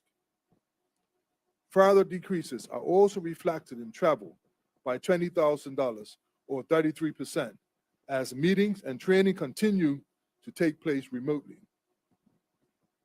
Increases are reflected in communications by $15,000 or 63% for cybersecurity. Professional services by $533,000 or 61% to cover fees for the Liquor License Authority, legal fees, and short-term counseling services for victims of gang violence. Repair and maintenance has increased by $2,000 or 200%, mainly for photocopier maintenance fees. Insurance of $20,000 is for the radio tower equipment, which was initially allocated to 93007. Material and supplies have increased by $30,000 or 33% to support the increase in programs for the gang violence reduction team. There has also been an increase of $29,000 or 17% in other expenses, primarily for expansion of cybersecurity capabilities. Mr. Chairman, in respect of revenue for Head 83, it should be noted that the Liquor License Authority was transferred to the Ministry of National Security on the 4th of April, 2022. It is anticipated that the fees will increase to $450,000 as the country resumes to near normalcy of the opening of restaurants, bars, and special events following the COVID pandemic. Mr. Chairman, the employee numbers of full-time equivalents has decreased to 7 with the elimination of one post, the personal staff post, in order to make savings. Mr. Chairman, I will now move to page C15 for capital acquisitions.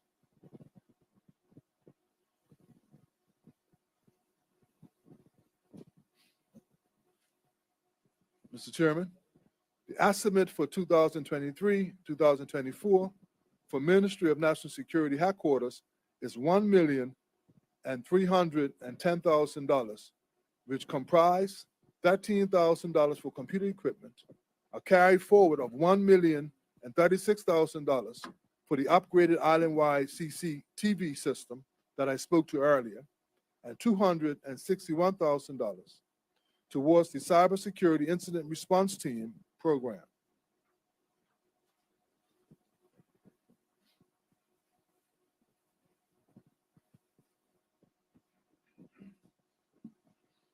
Mr. Chairman, I will now speak to some of the accomplishments of the ministry had in 2022-2023, followed by the plans for financial year 2023-2024, before moving to the other heads under the ministry.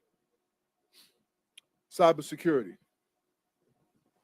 Mr. Chairman, to ensure that Bermuda's critical services, such as our energy supply, telecommunications, water infrastructure, and government are adequately protected against increasing cyber threats, a cybersecurity bill has been drafted and will be shortly tabled in the Honorable House. This bill will establish the minimum standards for the protection of critical national information infrastructure, a cybersecurity governance board to oversee the protection of these entities, and a national cybersecurity incident response to assist government and private sector entities with preparing for and responding to cyber attacks. This bill will be shortly followed by the tabling of a cybercrime bill. Mr. Chairman, Bermuda currently has at least 13 legislative acts that speak to cybercrime, with the main piece of legislation being the Computer Misuse Act 1996. Yes, Mr. Chairman, 1996. Cybercrime has come a long way since 1996. Each of these acts require upgrading and amalgamation to meet the international standards established by the Budapest Convention. The Cybercrime Bill will ensure that Bermuda's legislation meets the requirements of the Budapest Convention. This legislation will provide modern definitions of cybercrimes and will provide an effective foundation for investigating and prosecuting cybercrimes. Mr. Chairman, we are increasingly dependent on information technology to store sensitive information and support critical services. Cyber attacks represent a significant threat to organizations, Bermuda, and our economy. We must continue to improve our ability to detect, respond to, and recover from cyber attacks. Our cybersecurity strategy provides the appropriate framework for the government of Bermuda to ensure that information and communications technology systems across all critical system segments of our society and economy are designed, implemented, operated, and maintained with adequate security. As we continue to develop our fintech sector and pursue our digital transformation ambitions, we must continue to implement our national cybersecurity strategy to ensure Bermuda's prosperity and safety. Mr. Chairman, The cybersecurity key accomplishments during financial year 2022-2023 are here included. The Ministry of National Security, after extensive consultation with Bermuda stakeholders, completed a fresh draft of the new cybersecurity legislation that I just spoke to. The ministry continues to lead the development of a comprehensive information systems risk management program, working as part of the cross-ministry cyber risk management team that includes the government IDT Chief Information Officer, head of the Petty Piper Unit, representatives from libraries and archives, and other key stakeholders. The team identifies cyber risks impacting government information and systems and develops strategies, policies, and standards to ensure the risks are adequately addressed. Mr. Chair, the security manager during financial year 2022-2023 provided cybersecurity guidance and assistance for heads of departments, government staff, vendors, and contractors. This also included presentations to heads of organizations, boards, and committees within the government and private sector, including the Seaport and Civil Aviation Security Committees.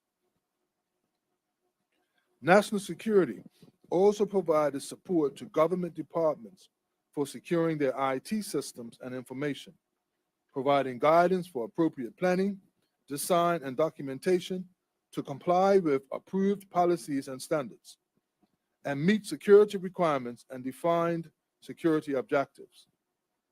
This included identifying threats to information, IT systems, components, and processes. Identifying vulnerabilities impacting IT system designs, architecture, components, and data flows, identifying attack vectors, and assessing the likelihood and impact of attacks.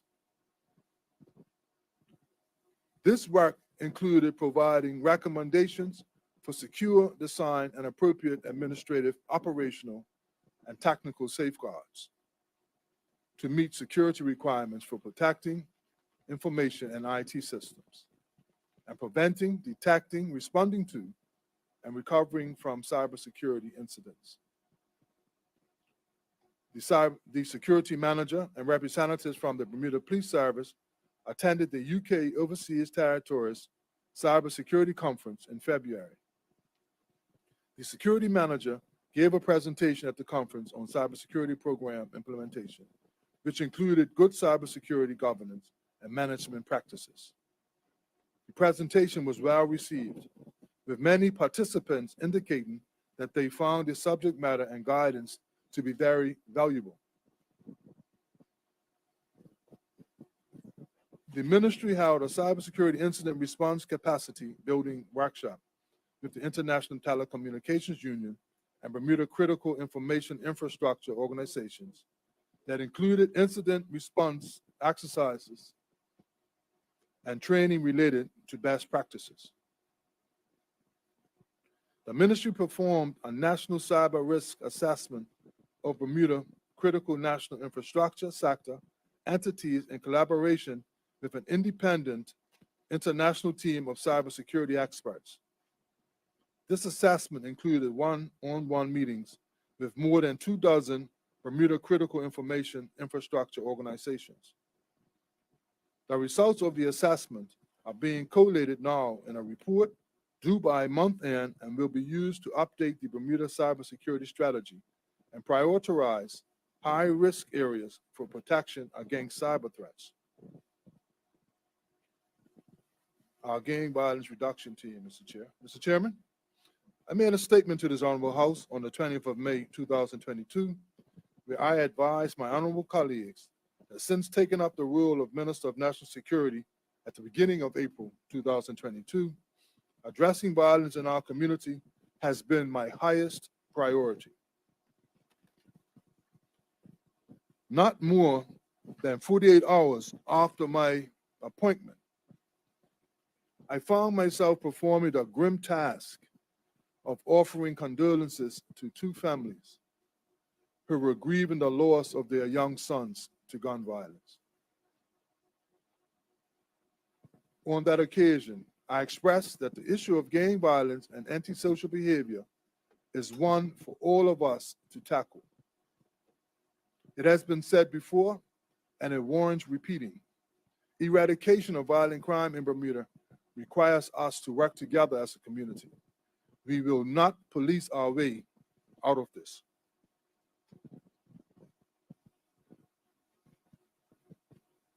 Mr. Chairman, the root causes are a painful reflection of generations of economic and social inequality in Bermuda and the mindset that it creates.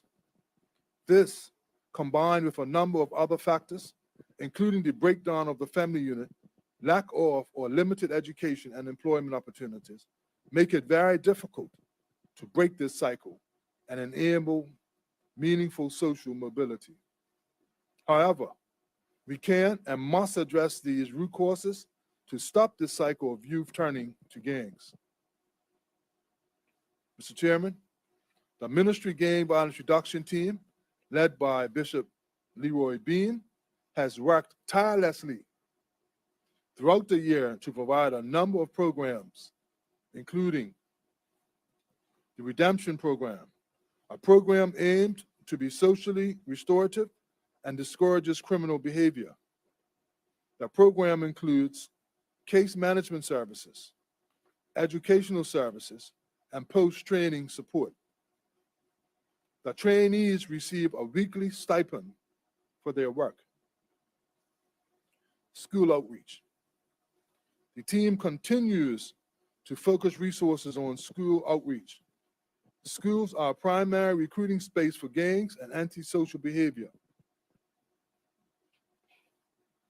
The team provides services and support, including individual student case management, mentoring check-ins, specialized small groups, specialized programs, mediation and negotiation, and incident management support services.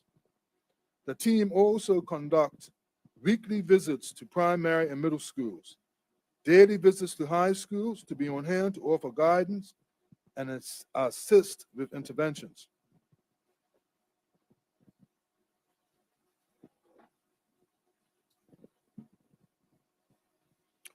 Work Placement and Mentoring Program is a job placement program that employs and targets at-risk youth who participated in the high school intervention programs.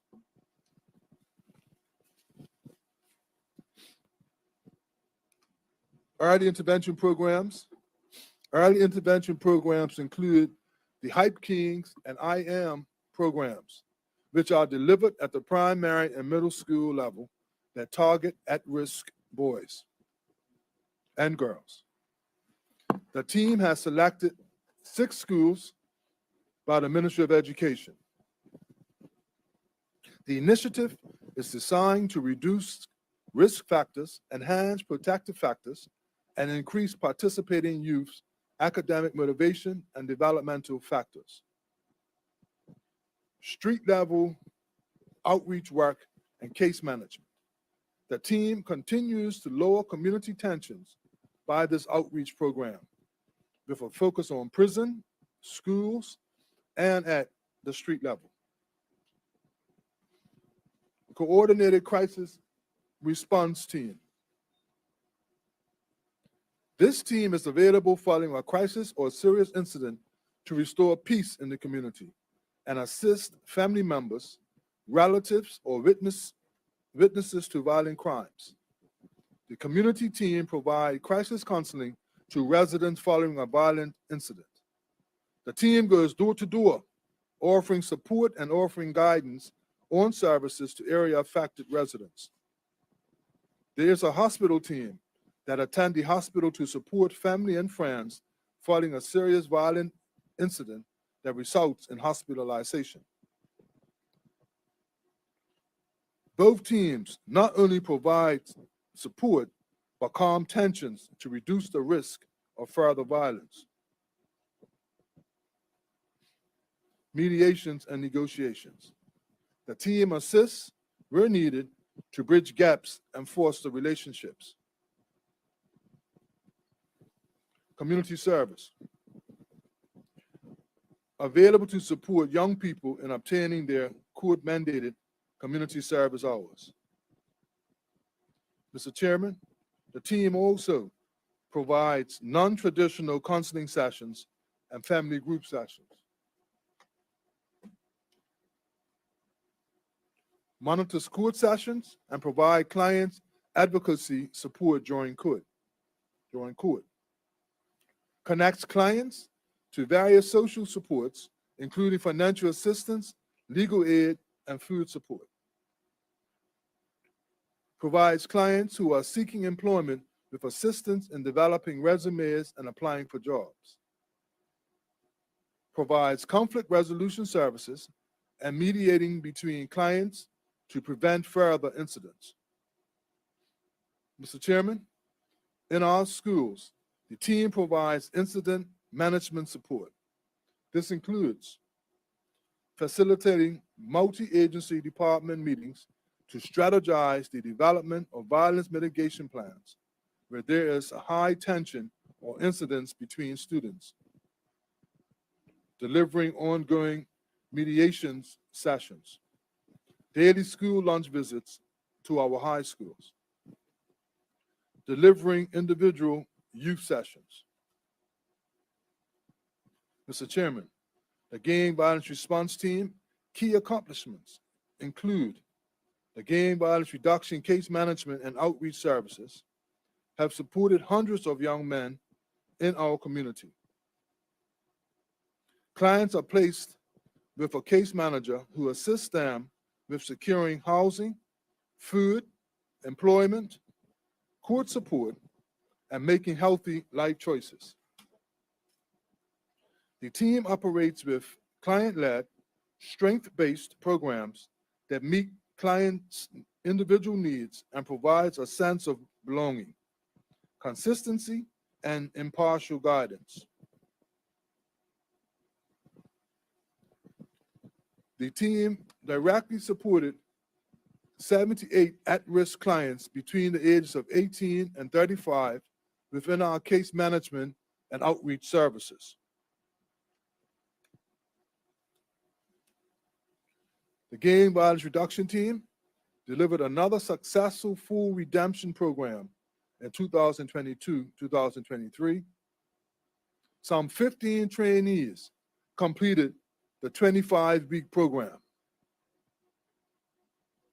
The program is a specialized, therapeutic, incentivized program for at-risk individuals aged 18 to 35.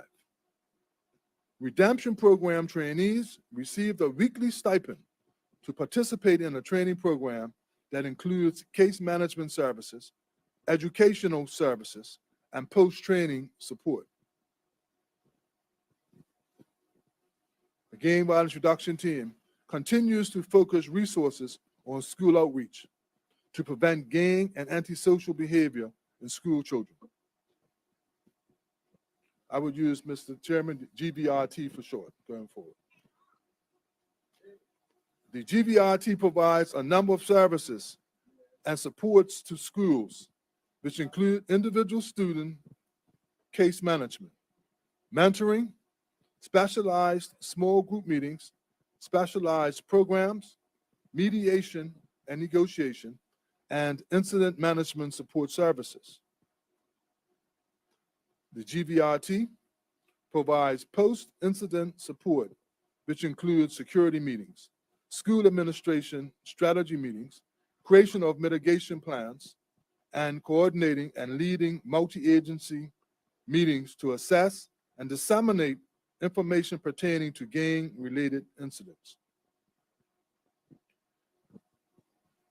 The GVRT delivered another successful full work placement and mentoring program in fiscal year 2022-2023. 15 students completed the 8-week training program. The Work Placement and Mentoring Initiative is a job placement program that selects and employs targeted at-risk young people who have participated in our high school intervention programs and targeted students and alternative education programs. The program provides students an 8 to 10-week paid work experience within different local companies and mentoring support to ensure their success in the workplace. Students are paid $350 per week. Mr. Chairman, the work of the team also included 50 to 60 mentoring casework sessions per quarter, 20 to 25 family meetings per quarter, along with over 60 direct contacts with families. The team attended court daily and advocated for between 20 to 25 clients quarterly. The team held between 25 to 30 mediations and negotiations quarterly. In 2022-2023, the team was called out 56 times to various violent incidents in the community. The hospital team was activated 32 times to provide support to family and provide post-incident support. The community team was activated 15 times to provide immediate crisis counseling to residents and post-incident door-to-door neighborhood check-ins to offer affected residents further support. The team has delivered 85 individual case management job coaching sessions with the Redemption Program trainees. The team has also supported trainees through 18 crisis situations. The program delivered 52 sessions covering key areas, which included job readiness skills, life skills, career exposure, goal setting, and general personal development. 3 trainees are completing the Redemption Program. 10 trainees were offered a full-time or part-time job during their training placement and have recently transitioned into their new role. 3 of our current trainees are actively seeking full-time employment and or part-time employment. The team is supporting these trainees to prepare resumes and apply to various businesses for jobs.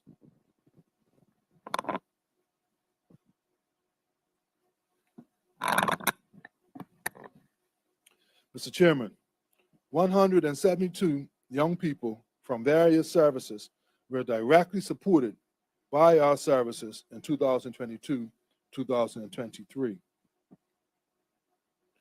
The team quarterly provided 50 to 60 individual and small group employment support sessions, education sessions, personal development sessions, youth leadership, and monthly check-in. 25 to 35 meetings were held quarterly with outside agencies, including the Bermuda Police Service, court services, workforce development, financial assistance, Department of Child and Family Services, CFS, legal support, counseling services, food service support, employers, and immigration. On average, 20 family meetings quarterly, along with 30 to 35 contacts with families.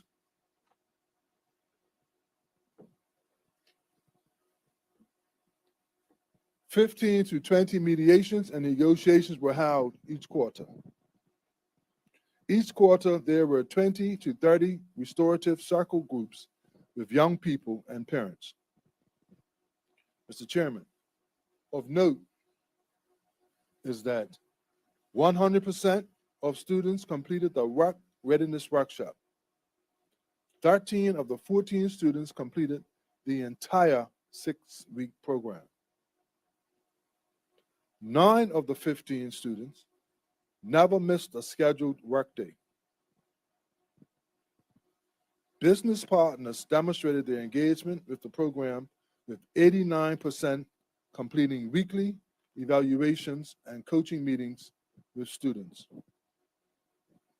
A total of 130 job coaching sessions were held by the program manager. 90% of the business partners have indicated that they would participate in the program again. 100% of students would recommend this program to others. 100% of parents saw personal growth in their child over the 8-week period. 13 students were offered an additional 2 weeks of paid work based on their weekly performance reports and supervisor satisfaction. 6 of the students have subsequently been hired in part-time or full-time positions by the companies.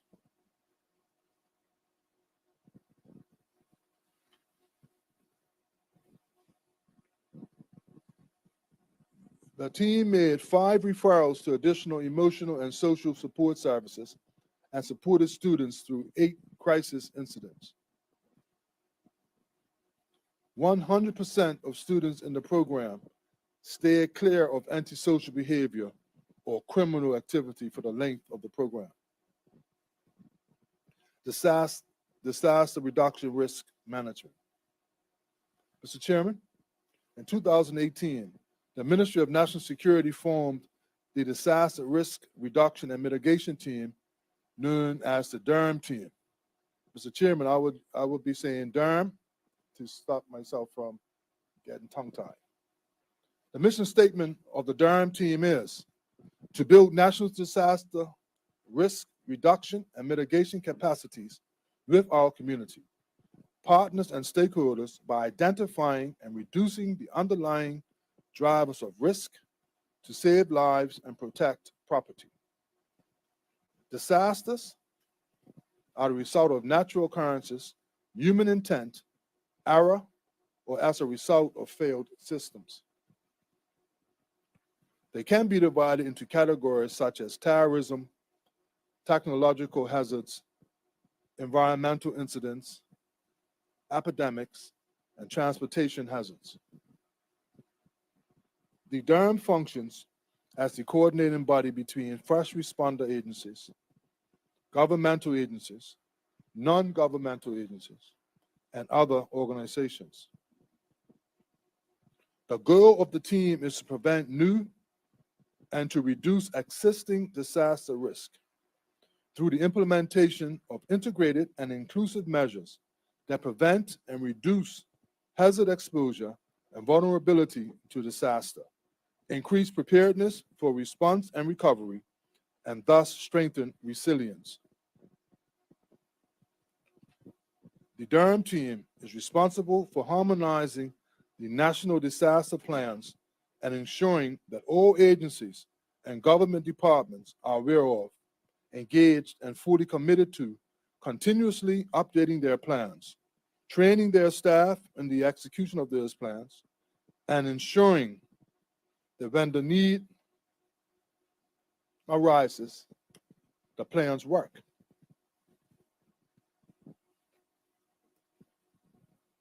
Many departments do not have business continuity plans, and the DERM team is an integral part of the Bermuda government's commitment to ensuring that there are adequate mitigation measures in place to address identified risk, whether it be man-made or naturally occurring. The DERM team consists of employees who are reassigned from various departments. The key accomplishments of the DERM team for this current budget cycle include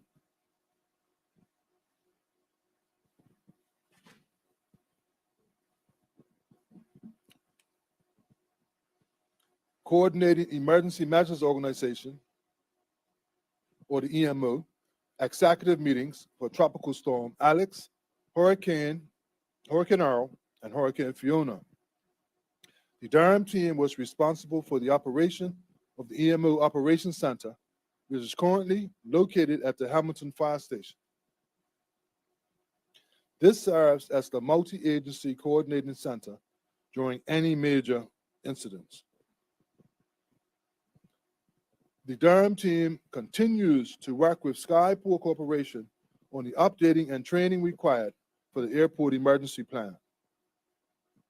Small exercise modules are planned each year with a large live exercise every 3 years, the last being in November 2021.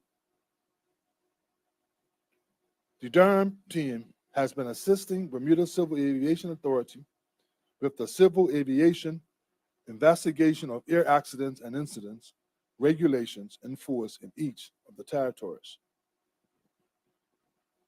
That provision requires, amongst other matters, that there shall be established in the territory a comprehensive system for providing assistance to aircraft accident victims and their families. A plan to address the aforementioned requirement is being developed, and all of the supporting agencies have to add additional sections within their plans to facilitate the assistance as required in the event of an aircraft accident.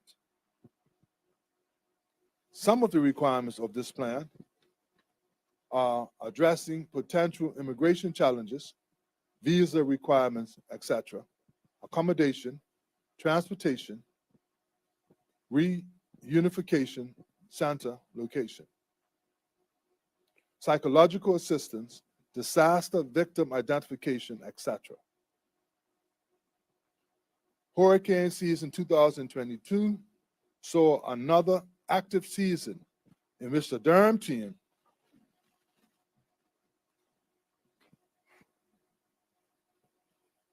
Hurricane season 2022 saw another active season in which the Durham team prepared public messaging. The team also stood up the EMO Operations Center at the Hamilton Fire Station, partnered with the Ministry of Public Works to use a web-based hurricane reporting tool for responding agencies. The team also chaired the monthly supply chain meetings with stakeholders, including government departments and the private sector, since the beginning of the COVID-19 pandemic.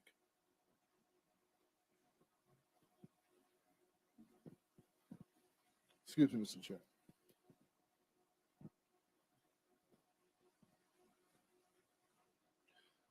The meetings have proven to be very informative and important. The collected data provided an understanding of the global supply chain challenges to local businesses that have impacted prices on imported goods, such as shortage of overland trucking and rail in the U.S., fuel rate increases,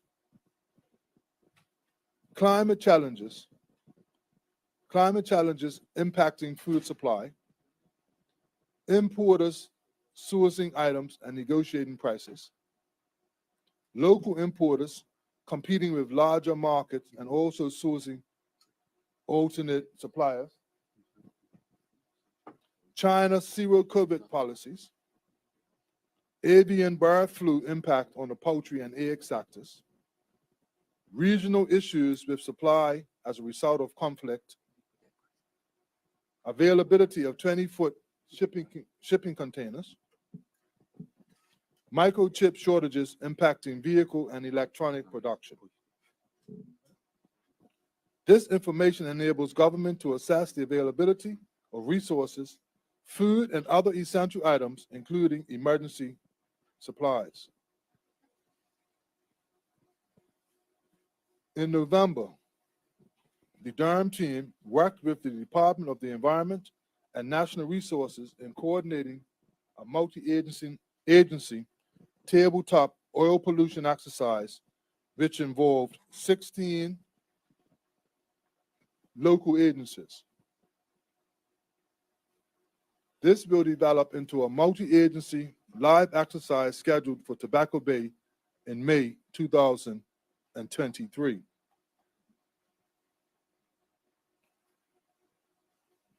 In January, a planning conference was held on the Memorandum of Understanding between the UK, the USA, and Bermuda for the response to a serious risk to public health or safety. This will lead to a live tabletop exercise in March this month to test this MOU. In February 2023, the emergency broadcast frequency, FM 100.1, was upgraded with a digital component, complementing the analog station for listeners to tune in online. This project has been made possible by collaborating with the Department of Information and Digital Technology and the Department of Communication. The Durham team was responsible for a radio interoperability presentation and tabletop exercise held in November 2022 for agencies on the government public safety radio system to be able to communicate with each other when coordinating responses to incidents. The Durham team is also assisting with the updating of the government public safety radio system standing operating procedures. With the Belco National Power outage, which occurred in February 2023, the Durham team had the emergency broadcast frequency FM 100.1 live within 40 minutes of the outage at the emergency broadcast facility, 100.1 FM, and supported the chairman for EMO executive actions. In February, the Durham team has coordinated, along with Government House, the training of approximately 30 staff from EMO executive agencies on a 4-day multi-agency Gold Incident Command training course. This training will lay the foundations for the senior commanders to lead major incidents and interact with the many other agencies that it will take to bring a major incident to its best conclusion possible for Bermuda.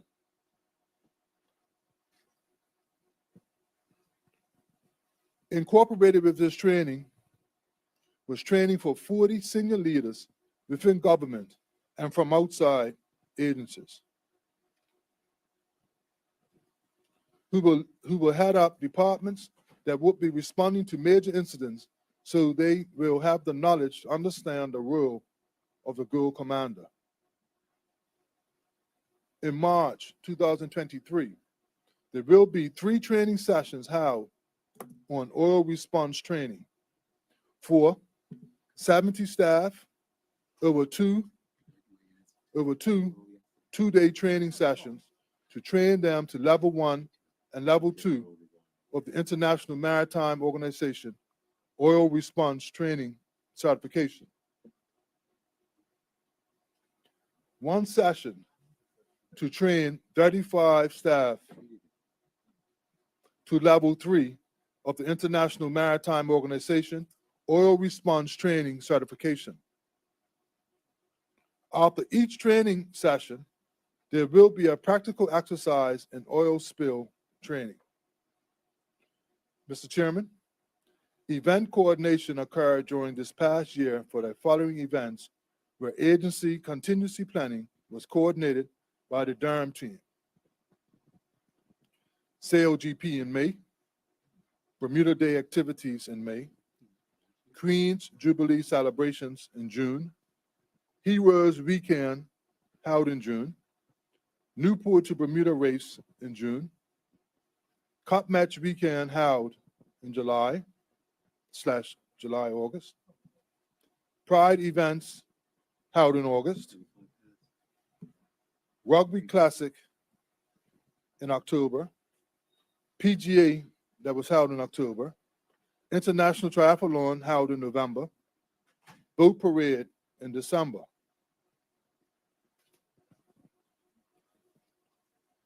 Mr. Chairman, in keeping with our mission of working together to keep you safe, we will for the next financial year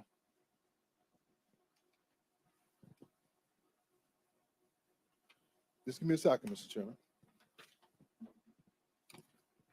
Thank you, Minister. And as you find your place, I'll just remind the members of the listening public that we are in the Committee of Supply for further consideration of revenue and expenditure for the year 2023, 2024. And you are currently listening to the debate on the Ministry for National Security being presented by the Honorable Minister Michael Weeks. This is a 5-hour debate, which will conclude at 5:55 p.m. Minister, when you're ready to proceed, please proceed. Thank you, Mr. Chairman. That has some duplicate pages. Mr. Chairman, the cybersecurity plans for 2023, 2024, in addition to the legislation already mentioned, will include National Security will establish the dedicated cybersecurity unit. The unit will provide independent assessments, guidance, threat intelligence, threat hunting, IT system security testing, IT systems monitoring, incident response, and investigation to help government ensure that IT staff, vendors, and contractors are implementing, operating, and maintaining IT systems with adequate security in alignment with industry standards. Having these functions performed independently is a recommended cybersecurity best practice and will help ensure government information and IT systems are protected against both external and internal threat actors. The cybersecurity unit will also establish and operate a national cybersecurity incident response team in alignment with the recommendations from the International Telecommunications Union. The Cybersecurity Incident Response Team, or CERT, will work with government and other critical infrastructure entities to help ensure they are adequately prepared to respond to cybersecurity incidents. The CERT team will perform monitoring and threat hunting within the government IT environment, independent of government IT staff, vendors, and contractors, to detect and investigate cyber attacks and breaches by internal and external actors.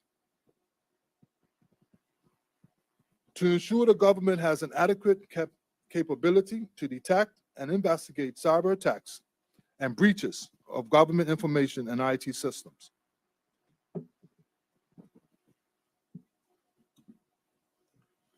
The Ministry of National Security will implement, operate, and maintain a secure centralized logging and monitoring system.